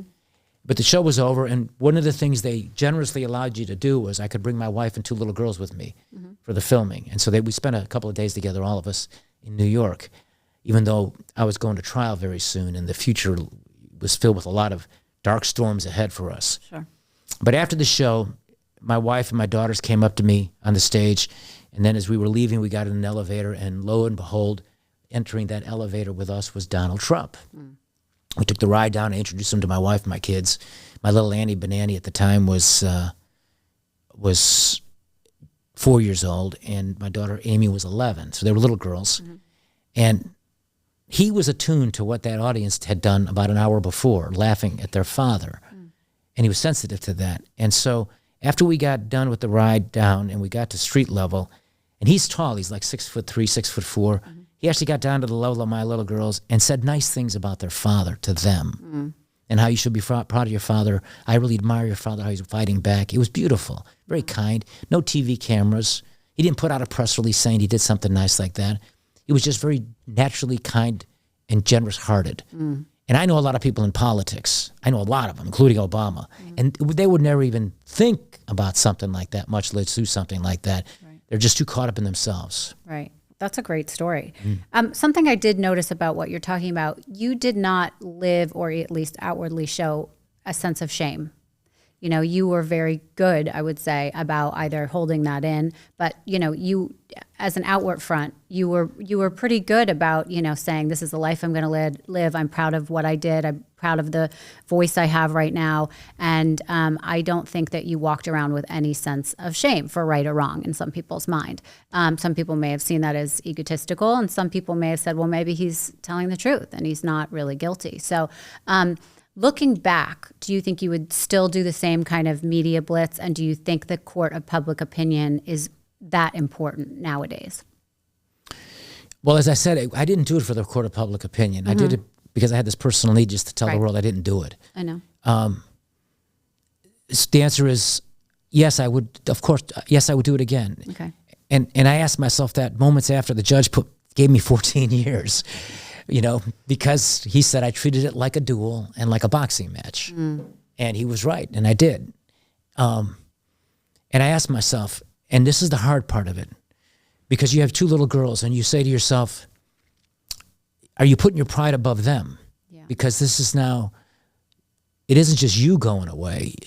When you leave, you're leaving your little girls essentially without a father. Right, it's affecting. For potentially 14 years or 12 years had I had good behavior, which I had good behavior. But so your pride was more important to you than actually cutting your losses and just letting these guys kick your ass and stomp all over you, which is in the minds of a lot of people, like probably Jen Ellis and these others and their families who decide to just surrender. But again, as I said before, I was the governor, and I had this higher duty because I chose to be a leader, right? Sure. And I know what they were doing was so corrupt. And so I had 2,896 days in prison to think through these things. And I would sometimes late at night on my bunk in that 6-foot by 8-foot prison cell that I lived in for quite some time, late at night, the demons would come in, and despair might start creeping in. Mm-hmm. So would fear. And I would think about my little girls and that I let pride get in the way of that because now their dad could have been home maybe in a year or 18 months. Right. And look what I've done. Now they don't have me for all those years. But I reconciled my mind that sometimes there are moments where there's something that's just higher and you just have to be willing to sacrifice. And as bad as it is for the people that you love, you have to sacrifice. And in my own mind, I felt like by me going through all of this as I was and now enduring all those years in prison alone by myself, with them alone without me, that at least they'll have always, my two little girls, the ability to say, my daddy didn't do it. Yeah. And I think that's meaningful. Absolutely. So no regrets. Okay. Your second trial, June 27th in 2011, you were found guilty on 17 counts, not guilty on 1 and deadlocked on the remaining 2. So then you go in on December 7th and you are sentenced. What were your feelings going into sentencing day? Well, What were you up for, by the way? What was the most you could get to be sentenced? At that point, it was. At that point, a life sentence. I was out jogging one day after the convictions and before the sentencing hearing, and I consider myself pretty fit as governors go. Mm-hmm. And it was about a 7-mile run, and it was the usual run I did. In fact, I did it this morning, not far from where we are right now. Wow. But in any event, I'm halfway through the run, and back then they had newspapers, right? Mm-hmm. And they had those newspaper boxes. And the Chicago Sun-Times, which is the second largest paper in Illinois and second in Chicago, but has a big readership back then, they had these boxes. And as I'm running past this intersection, I see the newspaper box out of the corner of my eye, and I say, was that me? And I came back, and I'm running in place. It was me. It was a colored photo of me on the whole front page, and the headline bold across the paper was 30 years to life. Is what the prosecutors were asking for. They had filed their paperwork asking for 30 years to life. How did that feel? I never took a penny, right? And I did good works, and I had a good driving record. I didn't have a single ticket. Of course, I wasn't driving. I had the police driving me, security detail, but still, no tickets and no criminal record. Now, 30 years to life. Well, how did it make me feel? I finished that run faster than I ordinarily did. It just gave me a lot of energy to run. I always felt like keep running north and don't turn the other way. Right. But so by the day that we went to the sentencing, that was what they were still on record asking for. During the process, the judge had determined that I was in the range of 15 years to 30. So the life thing was taken away. The whole thing was just in so many ways, such a corrupt joke, the system. And they play these games with these statutory guidelines that the Congress passed, and I might have been guilty of having voted for some of that myself without even realizing it, and frankly would have been trusting of the system, and I would have probably knowingly voted for those things. But they put these guidelines in place where it's a one-size-fits-all approach, and they don't take into account the individual case, the nature of the facts, the family circumstances, the person's record, and all those other things. They're sort of locked in. And anyway, if you ask me how I was feeling going into court, I have a tendency to almost always see the glasses half full and half empty. And I kept saying that this judge is a political guy. He was appointed by President Reagan. He was a big Republican honcho in the 80s in Illinois. He was the director of the Illinois State Police. He was the chief of staff for an attorney general who was actually corrupt and took money. This guy knows politics, and he knows this is all bullshit. And he had to go out of his way to help the cops so they don't get embarrassed. Because I saw this when I was a criminal defense lawyer. Sometimes the cops would play games with some of the stuff they did to some of those guys, and the judge would protect them at trial, but then he would generally go easy on the guy because he screwed him at trial. I felt like that was going to happen. And Patty, God bless her, she didn't think so. And then I would say to her, I think he likes me. And she said, I don't think he does. Now. Yeah, I don't think he does. And so once he said it was like 190 months or 181 months, I had turned to one of my lawyers and said, how long is that? And she said 14 years. She knew it right away. my first thought was, Patty was right. He doesn't like me. So, it was a difficult thing, but, it was interesting because like you say, I was always out there, fighting.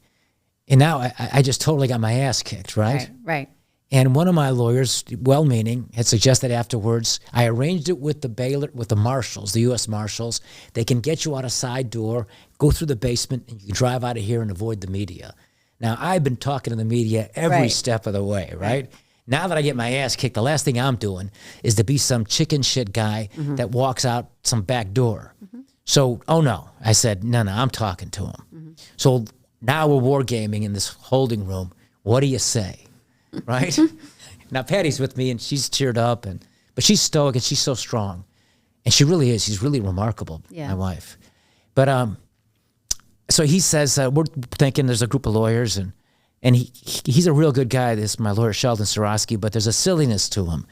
And for whatever reason, he thought that I might want to borrow from what Richard Nixon had said at what was considered at the time his last press conference in 1962, after he'd run for governor of California and got his ass kicked. He got beat bad. And Nixon was angry at the way the press treated him, and he gave what was called his last press conference where he said, you won't have Nixon to kick around anymore.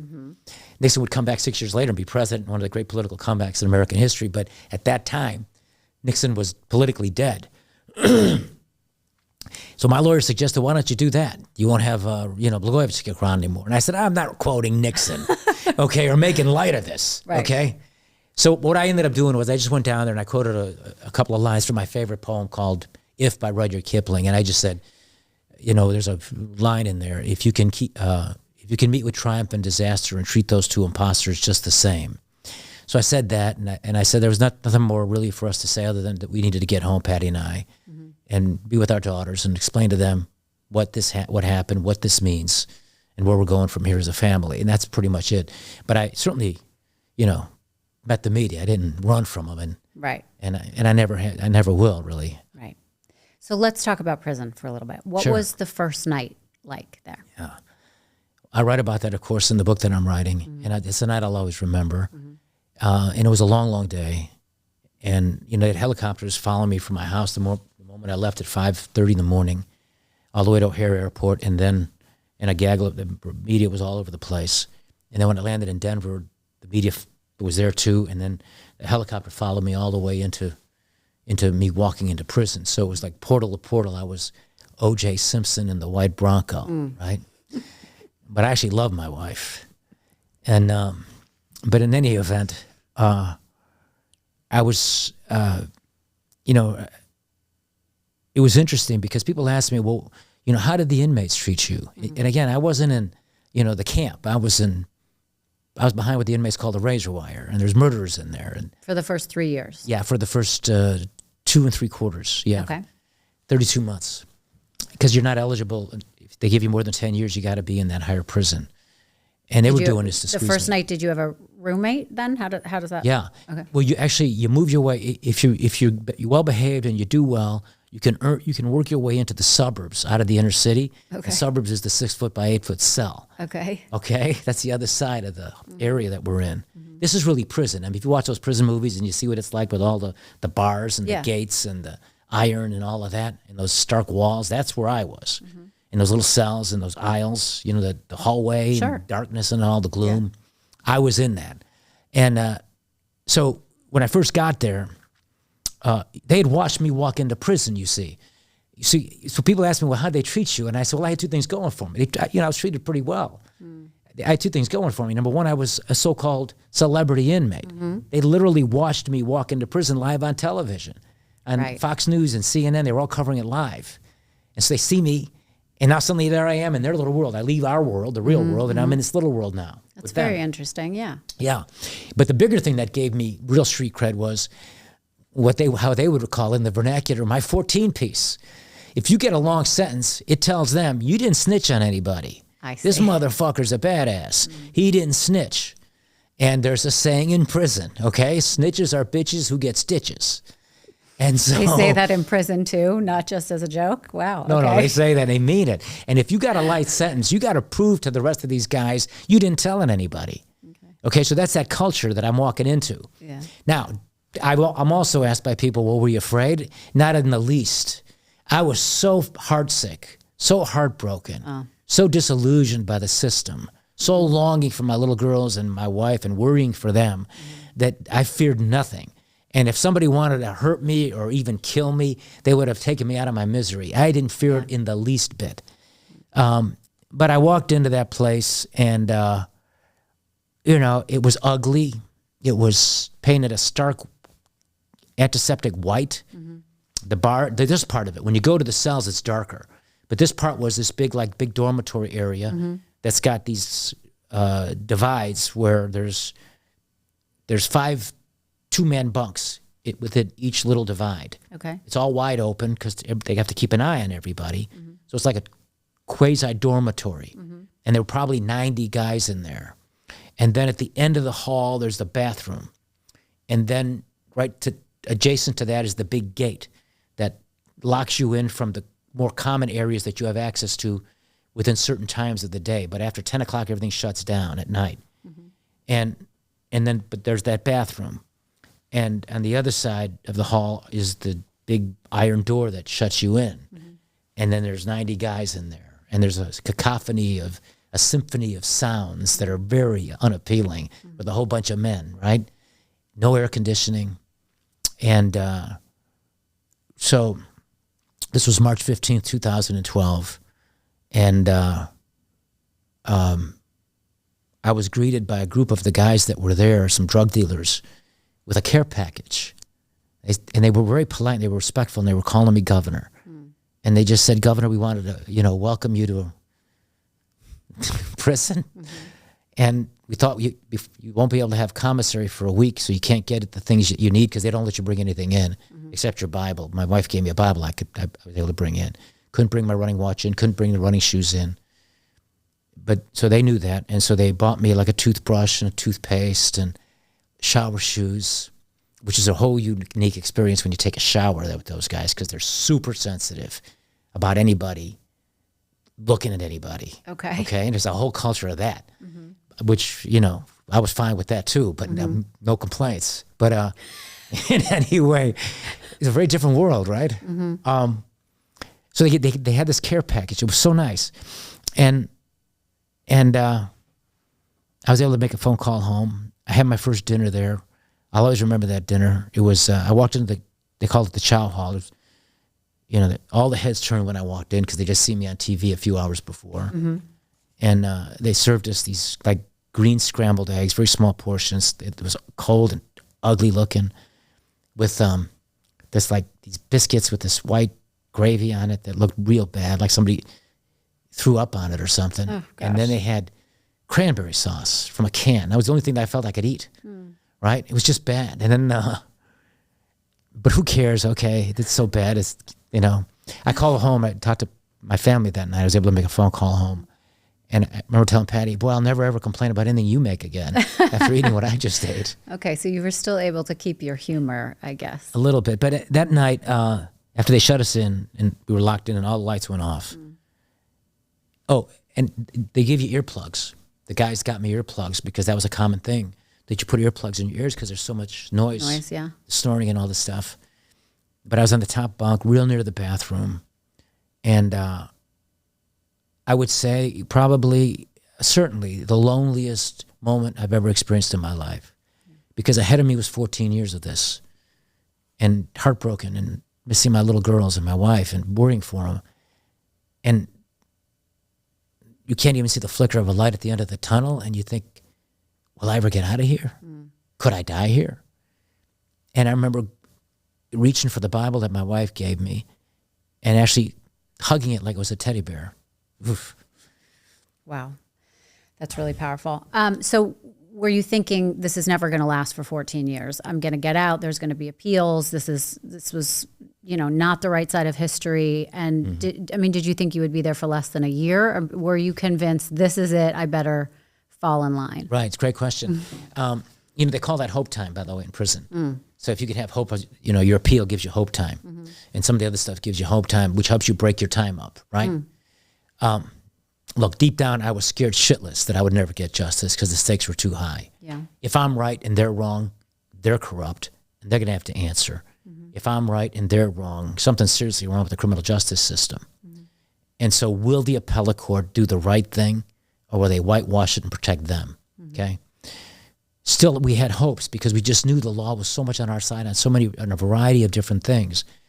And my lawyer said the only way we lose is if they're corrupt or stupid, and they're not stupid. And I believe that. So I had to still embrace the belief that these people are still honest at the appellate court level, and eventually I'll get out of here in a couple of years, because my lawyer was very clear about it. It's probably going to take 2-3 years, maybe 3 years to get this appeal done. For him to do it the right way, all the work, and for them to make the decision. As it turned out, it took 4.5 years. And then they reversed the sale of the Senate seat, vindicating me. It was never a crime. The appellate court could never uphold that standard because it would have shut down government everywhere, because all the political deals that are done to make government work, they couldn't do because it's now criminal. So they reversed that, but they upheld 3 fundraising requests where I never got a penny, and there was no quid pro quo. And then they vacated my sentence, and then the judge put me back at the 14 years. But anyway, but that first night, I had hopes for maybe in 3 years 2-3 years I can go home. 2.5 years maybe. But I was afraid that that would happen. Yeah. So it was a mixture, right? Right. In the meantime, it was horrible. And for years I would walk around with a hole in my heart. Sure. Always. And it was but I had purpose, and the purpose was to handle the time as best I can, to set the best example I could for my children, and to be as strong as possible for them. My life, as far as I was concerned, was basically over for me, but it was always about them. And that if I could live in that shithole prison, like I had to, in a way that could show them that I can not only endure, but I could actually thrive. Physical fitness, reading a lot, learning, drawing closer to God by reading the Bible in ways I never did before, because I was so busy trying to get ahead in life. If I could do that and show them that, and if I never even get out of this place, then I've done something that's meaningful. And that gave me strength and helped to motivate me every day to go out and be productive and work on constructive things. So what was a day in the life? In that higher prison? Yeah. Okay, so they lock you in at 10 o'clock at night, and then things open up around 6, and now you can move around a little bit. They restrict your movement every hour. They have to check and know where people are, and then 4 or 5 times a day they count you, and that they call that count. And they take that very seriously. But let's say, for me, in the very beginning, the first 3 months, I had to work in the kitchen, which is a requirement. So you have a job? You have to get that particular job. Okay. You have to have a job, but you have to have that particular job in the kitchen for every inmate. That's in the prison manual from the Bureau of Prisons. As a matter of practice, the warden and the powers that be don't really care. If you can get another job and there's enough people in the kitchen, you don't have to go there. Got it. Right? And I was told that by some of my new friends moments after I got in. Gov, you want to avoid that kitchen unless you want to go down there and steal food and have a hustle up here, because you can do good on a commissary and get a lot of stamps. Right. Okay. I said, I'm not interested in that. I'd like to avoid the kitchen. Right. And so I got a job as a tutor, which is perfect. I'd teach 1 day a week. I mean, and the cops there were mostly extremely good, the guards, and they were more than happy to hire me. Okay. So I got that job. And then I was told by my case manager, you got to go to the kitchen. The warden nixed it. Okay. So then I got another job. I went to the rec area where they have a great weight room, because I was determined to work out and exercise a lot, which I did. Sure. That'd be a great job. I can sweep floors and make sure the weights are in their proper places and work out while you're working. I got that job right away. The warden nixed it. Then I got another job. Okay. Library, nixed it. I got 5 jobs, all posted. That means you got the job. Nixed by the warden. My case manager says, stop doing this. He's determined to put you in the kitchen because unlike the rule where if you get another job, it doesn't matter. You, however, are high profile, and he doesn't want a story saying you got special treatment, even though everybody else got it, but you're getting a job that's in violation of the manual, right? So I had to work in the kitchen for 3 months, and I got up real early, like at 5 in the morning, start working there maybe 5:36. I get up about 5:30. You work at start at 6 in the kitchen warehouse. My boss was a guy by the name of Mr. Moore, excellent guy from Chicago. His mother lives in the south side of Chicago, and he told me she voted for me every time. God bless her. But he was really good to me. And you have to work the kitchen warehouse from like 6 in the morning till about noon. And, he was good because they were going to put me on pots and pans, and which is a horseshit job. Yep. And he felt like they were embarrassing me to do that. And he was from Chicago, and he looked after me. And so he got me that warehouse spot. And the word among the inmates was, and by the way, I was mostly making $5 a month in all my prison jobs. So for most of my time, it was $63 a year was my income. I went to college for that, and law school for that, right? But that job was a great paying job. It paid just $65 a month. And if you did a good job, you get a $35 bonus. You can get as much as $35 in bonus, $100 a month, which he did for me. I worked hard, and I was good. I was lifting up 100-pound bags of rice and beans and stuff, and all the different stuff you got to do in the warehouse. But the word in the prison was, oh, the gov, he's getting special treatment because of his connections. And some of those guys were spreading the word, and they truly believed that Obama himself had called to get me out of pots and pans and put me in the warehouse where I had to pick up rice bags. Oh, my goodness. Right. Wow. Let me make it clear. Obama had never called on my behalf, and the guy ran and is still running to this day. So I'm curious, did you have a best friend at this time? Yes, I did. And who was he? What did he do to get in there? One or several. Whoever you want to talk about. Friends that I got to know over the years, Yeah. many of them. And I'm in contact with several of them to this day. Are all of them out, or are some of them still in there? I think most of my good friends have made it out finally. You know, my friend,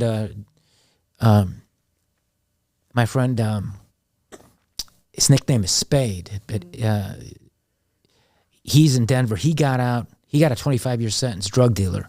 He got out about a year ago, so he's back, and he's a rap. He does rap. Okay. And he's got rap aspirations, and I think he's really good. And I hope people take a look at him. His last name is Moore. Okay. But one of the guys that became one of my best friends early on was a guy by the name of Walter Hill. I don't think he'd mind me saying this because he liked attention. And, a black guy from East St. Louis, Illinois, who had met me years before when I was governor. He was apparently some liquor license commissioner down there. And he got jammed up in some of the stuff he was doing in that position. So he preceded me to that prison. But he had relative to my sentence, I think he might have had 3.5 years or something. I had the 14.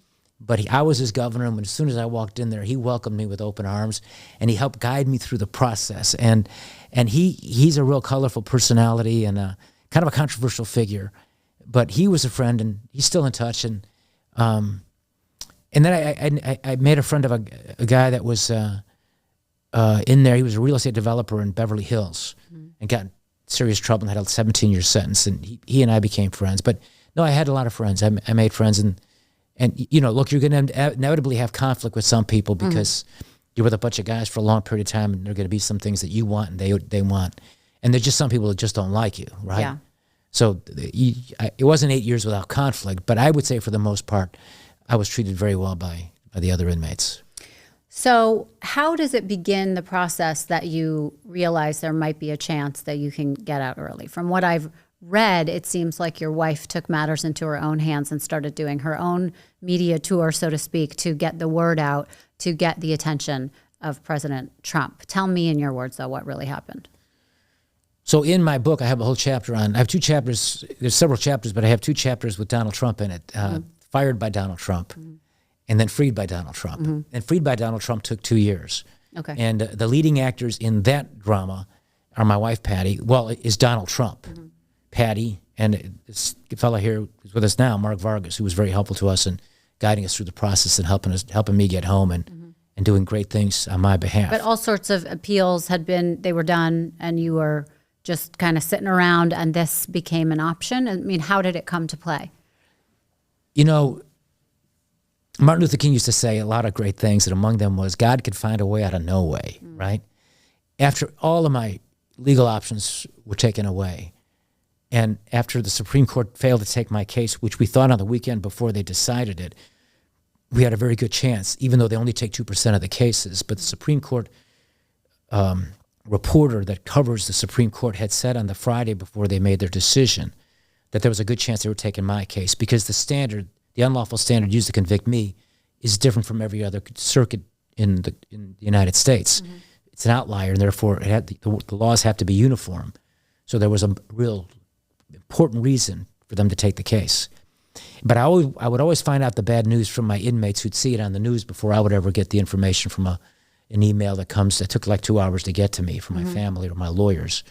So I'd always hear from them because they'd see it on the news that another appeal was lost. And on the morning that it came out that the Supreme Court rejected my case, it was on the news. And so later that day, Patty was invited to do the Tucker Carlson show. So this would have been springtime of 2018.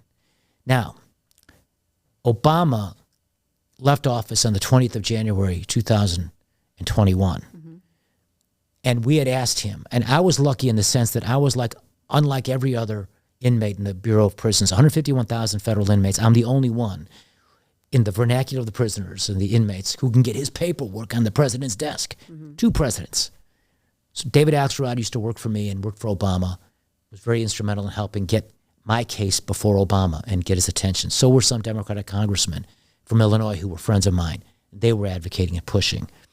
And Axelrod, David, was able to get 2 letters, handwritten letters written by my 2 daughters to the president, who has 2 beautiful daughters the same age as mine, making the case. I understood his politics, too. He was involved in my case. He started it. That's the great irony. Right. He sent the guy to me. I would have never said fucking Golden had he not sent the guy to me the night before. But that's legal, but he did, and me too. But anyway, so we've got a serious chance to get him to help me. I understand his politics, and he's media savvy, and he's also very super sensitive to any bad press. Don't send me home the day you leave, because then he's probably afraid of the juxtaposition. There he is leaving the White House, and there's me leaving the big house. Yeah. Just cut my sentence in half from 14 years to 7. I will have done more time than any governor, never took a penny, and I can limp out of prison 9 months after you leave the White House in October of 2021. So there'll be no media issue for you. Sure. And then he had commuted the sentence of a guy that was convicted of treason who got 5 years against the United States. He was Bradley Manning. Before he went to prison, he came out as Chelsea Manning. He had commuted that sentence days before he was leaving. So that was hopeful to me that he did that treason. I think there's a great chance I'm going to go home. And then he let out an FALN terrorist who Bill Clinton refused to let out in 1999 because this guy refused to renounce that he would do terrorism against the United States. Obama let him out. Holy cow. I never blew anything up. I think I'm going home. Well, he passes me by. He didn't do it. 1 month later, maybe 3 weeks later, I get called into the case manager's office, and she says to me, we just got a request from the White House Pardon Office. They want your records in prison because we can't send it without your signature. And immediately I'm thinking, Trump himself is looking after me. This is remarkable. And the second thought was, that fake Obama never even bothered to even look at my record. He was never going to do it. He was just leading my family on. So right away, Donald Trump had his eyes on me. It was remarkable. And I'll always be forever grateful to him. And it was because of that experience I had with him on the show. And I think because, it was that. But still, there was political considerations that he had. So it took a while for him politically to be in a place where he could do it. Yeah. And there were a lot of ups and downs. And then 1 year later, when the Supreme Court didn't take the case, Mark Vargas came into our lives and helped guide us through the process, particularly Patty, and was very good at getting her on shows like Laura Ingram's show on Fox News and Judge Jeanine Pirro's show. And we would watch those shows from prison, me and the other guys. And, that was nice because they were really rooting for us, Right. And it was very unusual. And again, I get back to the question of court of public opinion. Do you think this was helpful in getting Donald Trump to see how, the temperature of America and what they thought about, if you would, be let out, or what her words looked like to people and how people were responding? I mean, do you think that had anything to do with it? I mean, obviously it put it on his radar more than just papers on his desk. So I think the answer is very clear. Had she not done that, I'd still be in prison. Yeah. Because what she was able to do was able to point out to President Trump's supporters, notwithstanding that I'm a Democrat governor, and they probably ordinarily, left to their own devices, would probably not like me. Sure. Right? But she was able to point out, draw parallels between what they were doing to him at that time, the Democrats, Russian collusion, that baloney, okay, and what they did to me. And so that, I think, created a dynamic, was able to explain to his voters that, this is not a typical situation where you got, someone who was being treated in other words, you got a situation where a Democrat was being treated in a way before President Trump, the same way they were treating President Trump. So that was very helpful, of course. But here again, Donald Trump is a guy who's very loyal to people that he has a relationship with, who he feels are decent people, good people, and have some semblance of loyalty to him. Right. And in politics, that's a very rare quality. Most politicians are like Obama. If you serve their purposes, it's fine. But if in any way it's a problem, I am not doing it.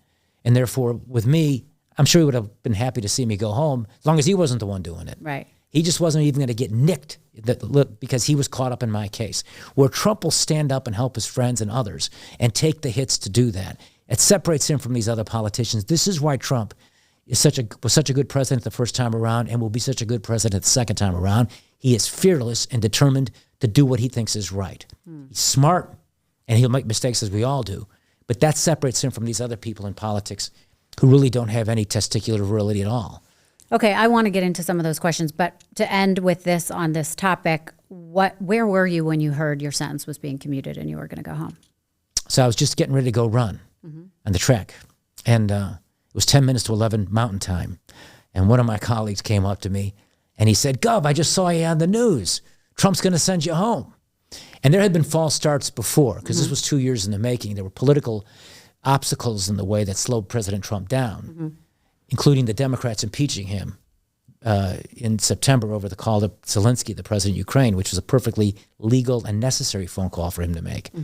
But in any event, this guy came up to me and said, "You're going home." And I said, "What?" And he told me. Now, because of those false starts, I know he was well-meaning, but some of these guys might misunderstand what they see on the news. Yeah. And so I remember, and you're not supposed to put your hands on another inmate. But, this guy was a friend, and I remember grabbing him by his shirt and pushing him against the wall and giving him the third degree. Tell me exactly what you heard and what you saw. Where was he when he said it? Was him saying it? What exactly did he say?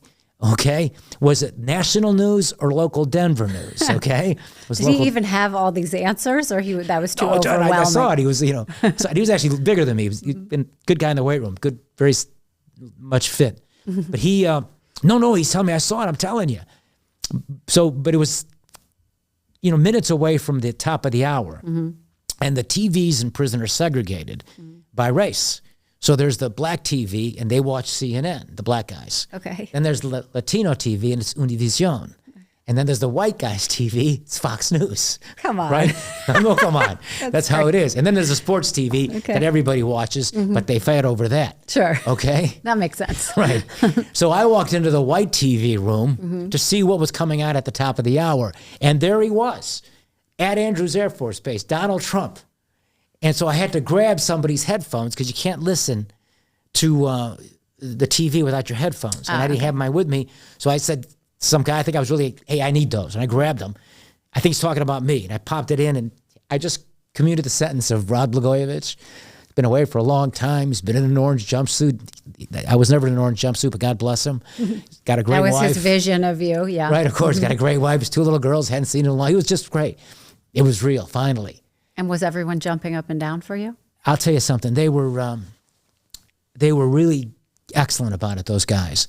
And when I eventually left, as I left and said goodbye, of course I was joyful. This was finally over, and I was finally going home. But there was a tinge of sadness, and I felt a little guilty because they were stuck there. Yeah. Now, I'm not saying that they're innocent, because almost all of them weren't. Right. But a lot of those guys aren't bad guys. They're just misguided, and they had bad starts in life, and they made bad decisions. And some of them are bad guys. Right. But I felt bad for some of them. And so I had a mixture. I was almost overwhelmingly happy, of course. Yeah. But there was that little tinge of sadness for them. I understand that. Okay, so you said that you were going to promise to use your experience in prison to fix the criminal justice system. Do you remember saying that after that? Yeah, I still say it. Okay, so where are you at with that? What are you doing to make changes? Well, what's happened since I've come home is that they've now taken this weaponization of prosecutors for political reasons to a whole new level, and what they're doing against President Trump. So anytime anybody is willing to hear me say anything about it, I'm eager to jump on television or anywhere else to explain that what they're doing to Trump is corrupt, that he's done, those things are all perfectly legal and appropriate. You may not like it, vote against him, but don't criminalize it. So that's been the bigger focus, more so than, let's say, the over-sentencing issue, which is very real too.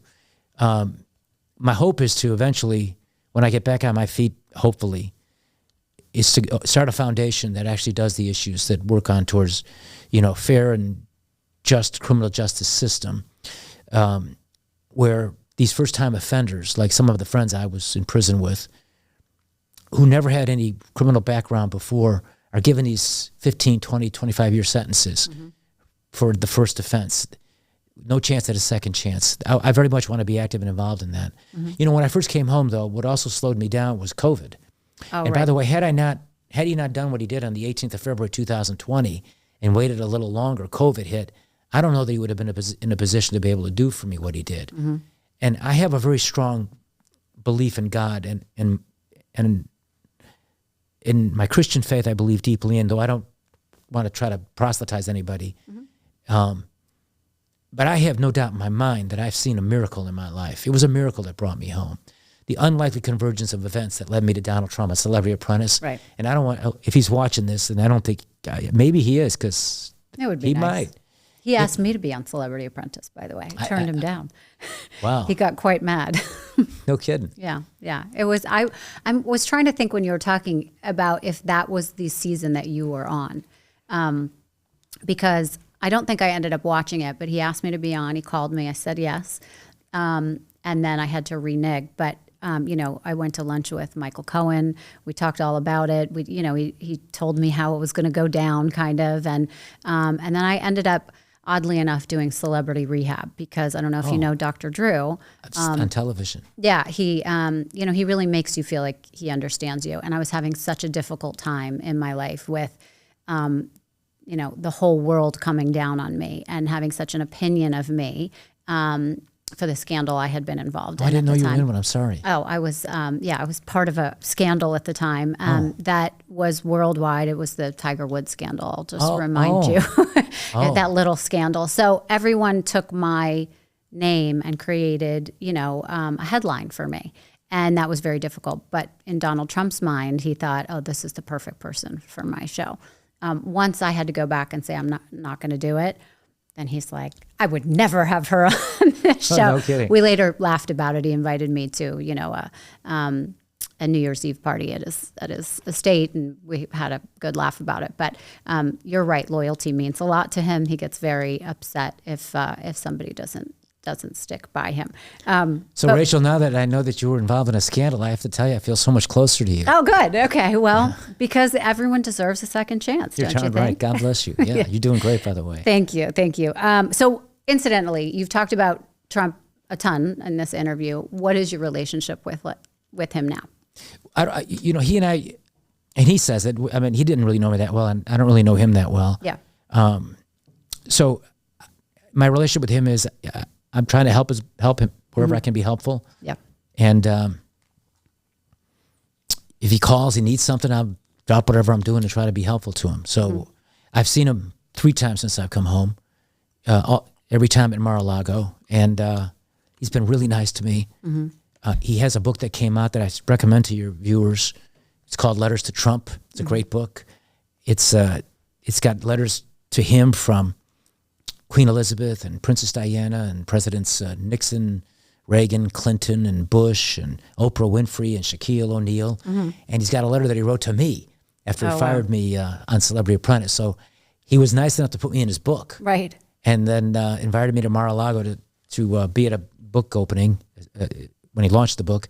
And that was the last time I saw him, which would have been April of this past year. Got it. Do you still consider yourself a Democrat? I'm a Trumpocrat. Okay. What does that mean? A Democrat for Trump. Okay. So how many do you think exist? A lot more than people think. Really? Yes. Okay. Traditional working class Democrats, a lot more than people think. Crazy liberal socialist Democrats who hate America, don't acknowledge God. Those aren't the Democrats that we recognize or understand, and those Democrats are ruining the Democratic Party. Okay. Speaking of that, what are your thoughts on the state of the Democrat Party today? Is it the same party it was when you were before you went away? No, it's not. It's not remotely the same party. We used to be the party of the little guy and the party of working people. We were the party that believed that government has a role to play to improve people's lives, but was still recognized that the private sector can always do things mostly better than the government. We were the party that had a place for people who didn't have a place in the old country club corporate Republican Party. But we were also a party that recognized and honored the sacrifice and service of police officers and firefighters, strong faith in God, traditional values like hard work and opportunity in America and getting ahead are things that you should celebrate, not condemn. And this crazy left-wing socialist party is a party that a lot of us, most of us, don't recognize. It's not the Democratic Party we grew up in. And even what you see now with Israel and Hamas and the divides within the Democratic Party used to be the party that was all for Israel and strongly supportive of the Jewish community. And now there's a very long, hard, and very real strain of anti-Semitism in today's Democratic Party that never existed when I was active in it, not too long ago. Yeah. Is Biden still the right man for the job? Biden was never the right man for the job. Okay. Okay. Nice guy. Yeah. Never the right man for the job. Okay. What are your thoughts on 2024? Is he going to make it that long? Who, Biden? Yeah. Well, I hope so. I don't mean I know death-wise. I mean, do you think he, is there a chance? People have said there's a chance that he's not the right guy and he may step out. He's not the right guy, but he's not going to step out. Okay. When you get to that level and you're in a position like that, now the game is all about your legacy. It's less about higher office. Now it's all about what legacy you leave behind. He's not stepping out. Right. Barring, God forbid, something happens to his health, he'll be the candidate. Okay. And Trump's going to beat him. And Trump will beat him in Pennsylvania. Trump will beat him in Michigan. He will beat him in Wisconsin. And probably beats him in Georgia. Okay. So I had a question about Trump, but you answered it. Besides Trump, is there someone Trump should be nervous about behind him, coming up from behind? In the Republican Party? Yeah. No, but you don't ever want to be arrogant, and you don't want to be complacent where you don't run your race. The way the primary system works in those caucuses, there's the politics of Iowa is a delicate place because it's a small area, and if you do a lot of retail politics, you could cause an upset, which could create a whole momentum string of activities that suddenly events unfold that are a little bit less in your control than they otherwise would be. In 1980, for example, an unknown guy that used to be the director of the CIA and a former congressman by the name of George H.W. Bush shocked the world, and he beat Ronald Reagan there after Reagan had run very well in 4 years before against Gerald Ford. And Reagan didn't take it seriously, and it's why Bush was able to surprise him and win. Reagan came back and won New Hampshire and then went on to win the Republican nomination. So President Trump's campaign, they need to be careful with Iowa and then with New Hampshire. But in the big scheme of things, the dynamic and the fervency of his supporters who've been suffering with him through these years of persecution against him, I think he's in a very, very strong position to be the Republican nominee. And I really believe he'll beat Biden. Okay. Do you have any political aspirations in the future? Let's pretend Patty isn't listening. Right, exactly. If Patty's not listening, maybe I can whisper to you. Right. I'm like a guy that used to, and I used to box Golden Gloves. First time I ever got my name in the newspaper, the Chicago Tribune, was Golden Gloves. And you know how fighters are when they've lost their title and then they fought one fight too many, right? I have some of that in me, I think, You still kind of feel like you want to get back in it, that arena. For whatever reason, people like us do it. And I like the competitive part of it, and I truly believe my heart was right for the people, and I would get pissed off at the, you have to make compromise, and you have to understand you don't get everything, but I liked when I had that power, when I could actually do things. So if there was a realistic opportunity where I might be able to do something like that, and it was there, could I resist the temptation of doing it? The likelihood is I would, because then I think I'll be confronted with the choice.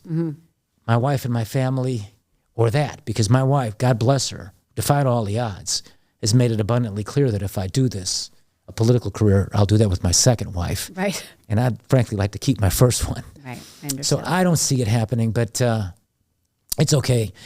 I have to catch up, and I have to make a living. And our younger daughter's at the University of Chicago, smart, she's good, and that school's not cheap. You gotta earn a living. What are you doing to earn a living besides raking it in and Cameo? Yeah, I do the cameos, right? I'm on it too. Yeah. Are you? Yeah. Thank you for those of you who are buying my cameos, because it's helping to pay for my college, the college for my younger daughter. I'm writing a book, which I'm really excited about, and I believe that book, if it's given the right, I think it could be a bestseller, to be honest with you, because it's an unusual story. Starts with one president, ends with another, and in between, a governor's in prison with murderers and bank robbers and drug dealers and gangbangers, sex offenders, con men, and a lot of others. And there's a lot of interesting stories and parallels between, this big 450-pound pedophile that didn't want me to sit next to him when I first got to prison in the chow hall, and how he ate his 3 trays, which you're only supposed to get 1 tray, and how he was breathing heavily when he was eating, and how our current governor, Governor Pritzker, ate a pastrami sandwich with me when I had lunch with him back in 1995, and I was astounded at how fast he ate his sandwich and how quick he was to dispatch the other half of my sandwich. So I write that in my book. Anyway, and stories like that. Right. I cannot wait for that book. So. And I'm doing some consulting work, by the way, and some other things. It's all good, by the way. Thank you. Good. What issues or causes are you most passionate about right now? Well, several that I used to be active in when I was in politics, but the new one, of course, is the weaponizing of prosecutions for political reasons. I don't know that the American people understand what's at stake here, like they should. If we have it now where criminal prosecutors are going to decide who our presidents are, say goodbye to the republic that we've known. Now, our founders back in the late 1800s, they understood history, and they knew the adage that Lord Acton, who said this in the 17th or 18th century, he said, power corrupts and absolute power corrupts absolutely. They understood that, and they foresaw the possibility of a system in the United States where over time power would gravitate into one place and take away the freedoms of the people. So to prevent tyranny, they created this system with 3 branches of government: the executive branch, the president; the judicial branch, the judges, the Supreme Court and the appellate judges; and the legislative branch that makes the laws and fund the government and all that. They divided power for a reason. What they didn't foresee was out of the executive branch, a cancer would form. It started in the 1920s for all good reasons, to go after the Al Capones of the world who were involved in interstate transportation of illegal alcohol.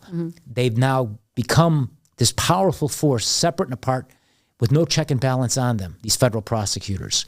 And they have uncontrolled power. They have unlimited resources. They have no accountability. The law cloaks them with sovereign immunity. They can do whatever they want to do. They can be Andrew Weissman, who's on CNN as a legal analyst, and he could abuse his power as a prosecutor, destroy that company, Arthur Andersen, on something that wasn't even illegal. And eventually the Supreme Court ruled 9-0 that what they convicted Arthur Andersen of wasn't criminal. And yet that guy goes on to CNN in a big spot, and Arthur Andersen goes out of business, and hundreds of people's lost their jobs because of that guy. Right.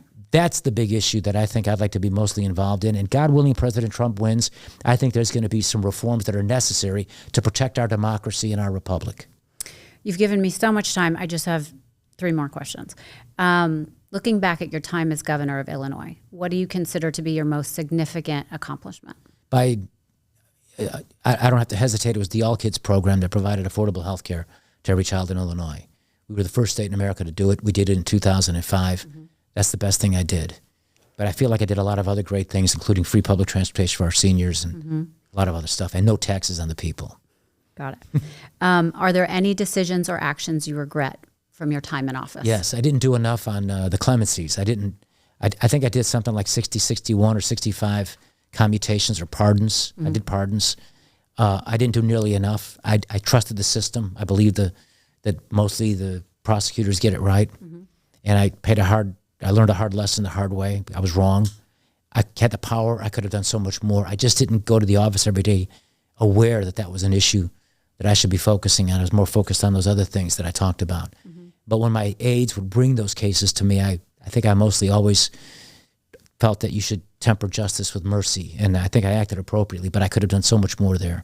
Right. And I'm kicking myself for missing the opportunity to do so. My last question, and I think from listening to you, I know the answer to this, but do you feel misunderstood? And if so, what would be the one reason why, and explain why you should not be misunderstood about that? Thank you.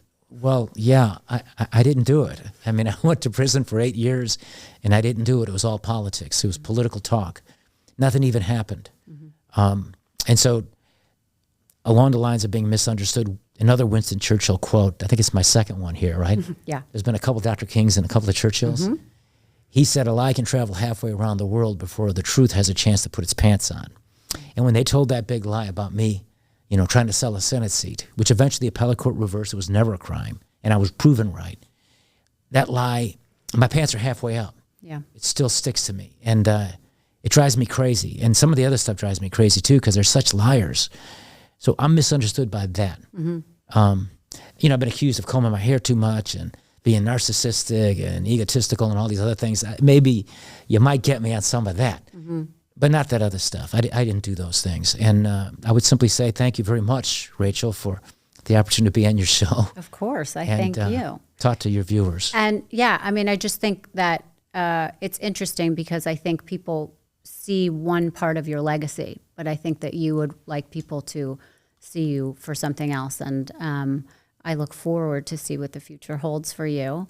And I look forward to seeing how people react to you in the future. So again, thank you so much for being here. It's been an honor and a pleasure. Oh, wow. Thank you very much. Okay.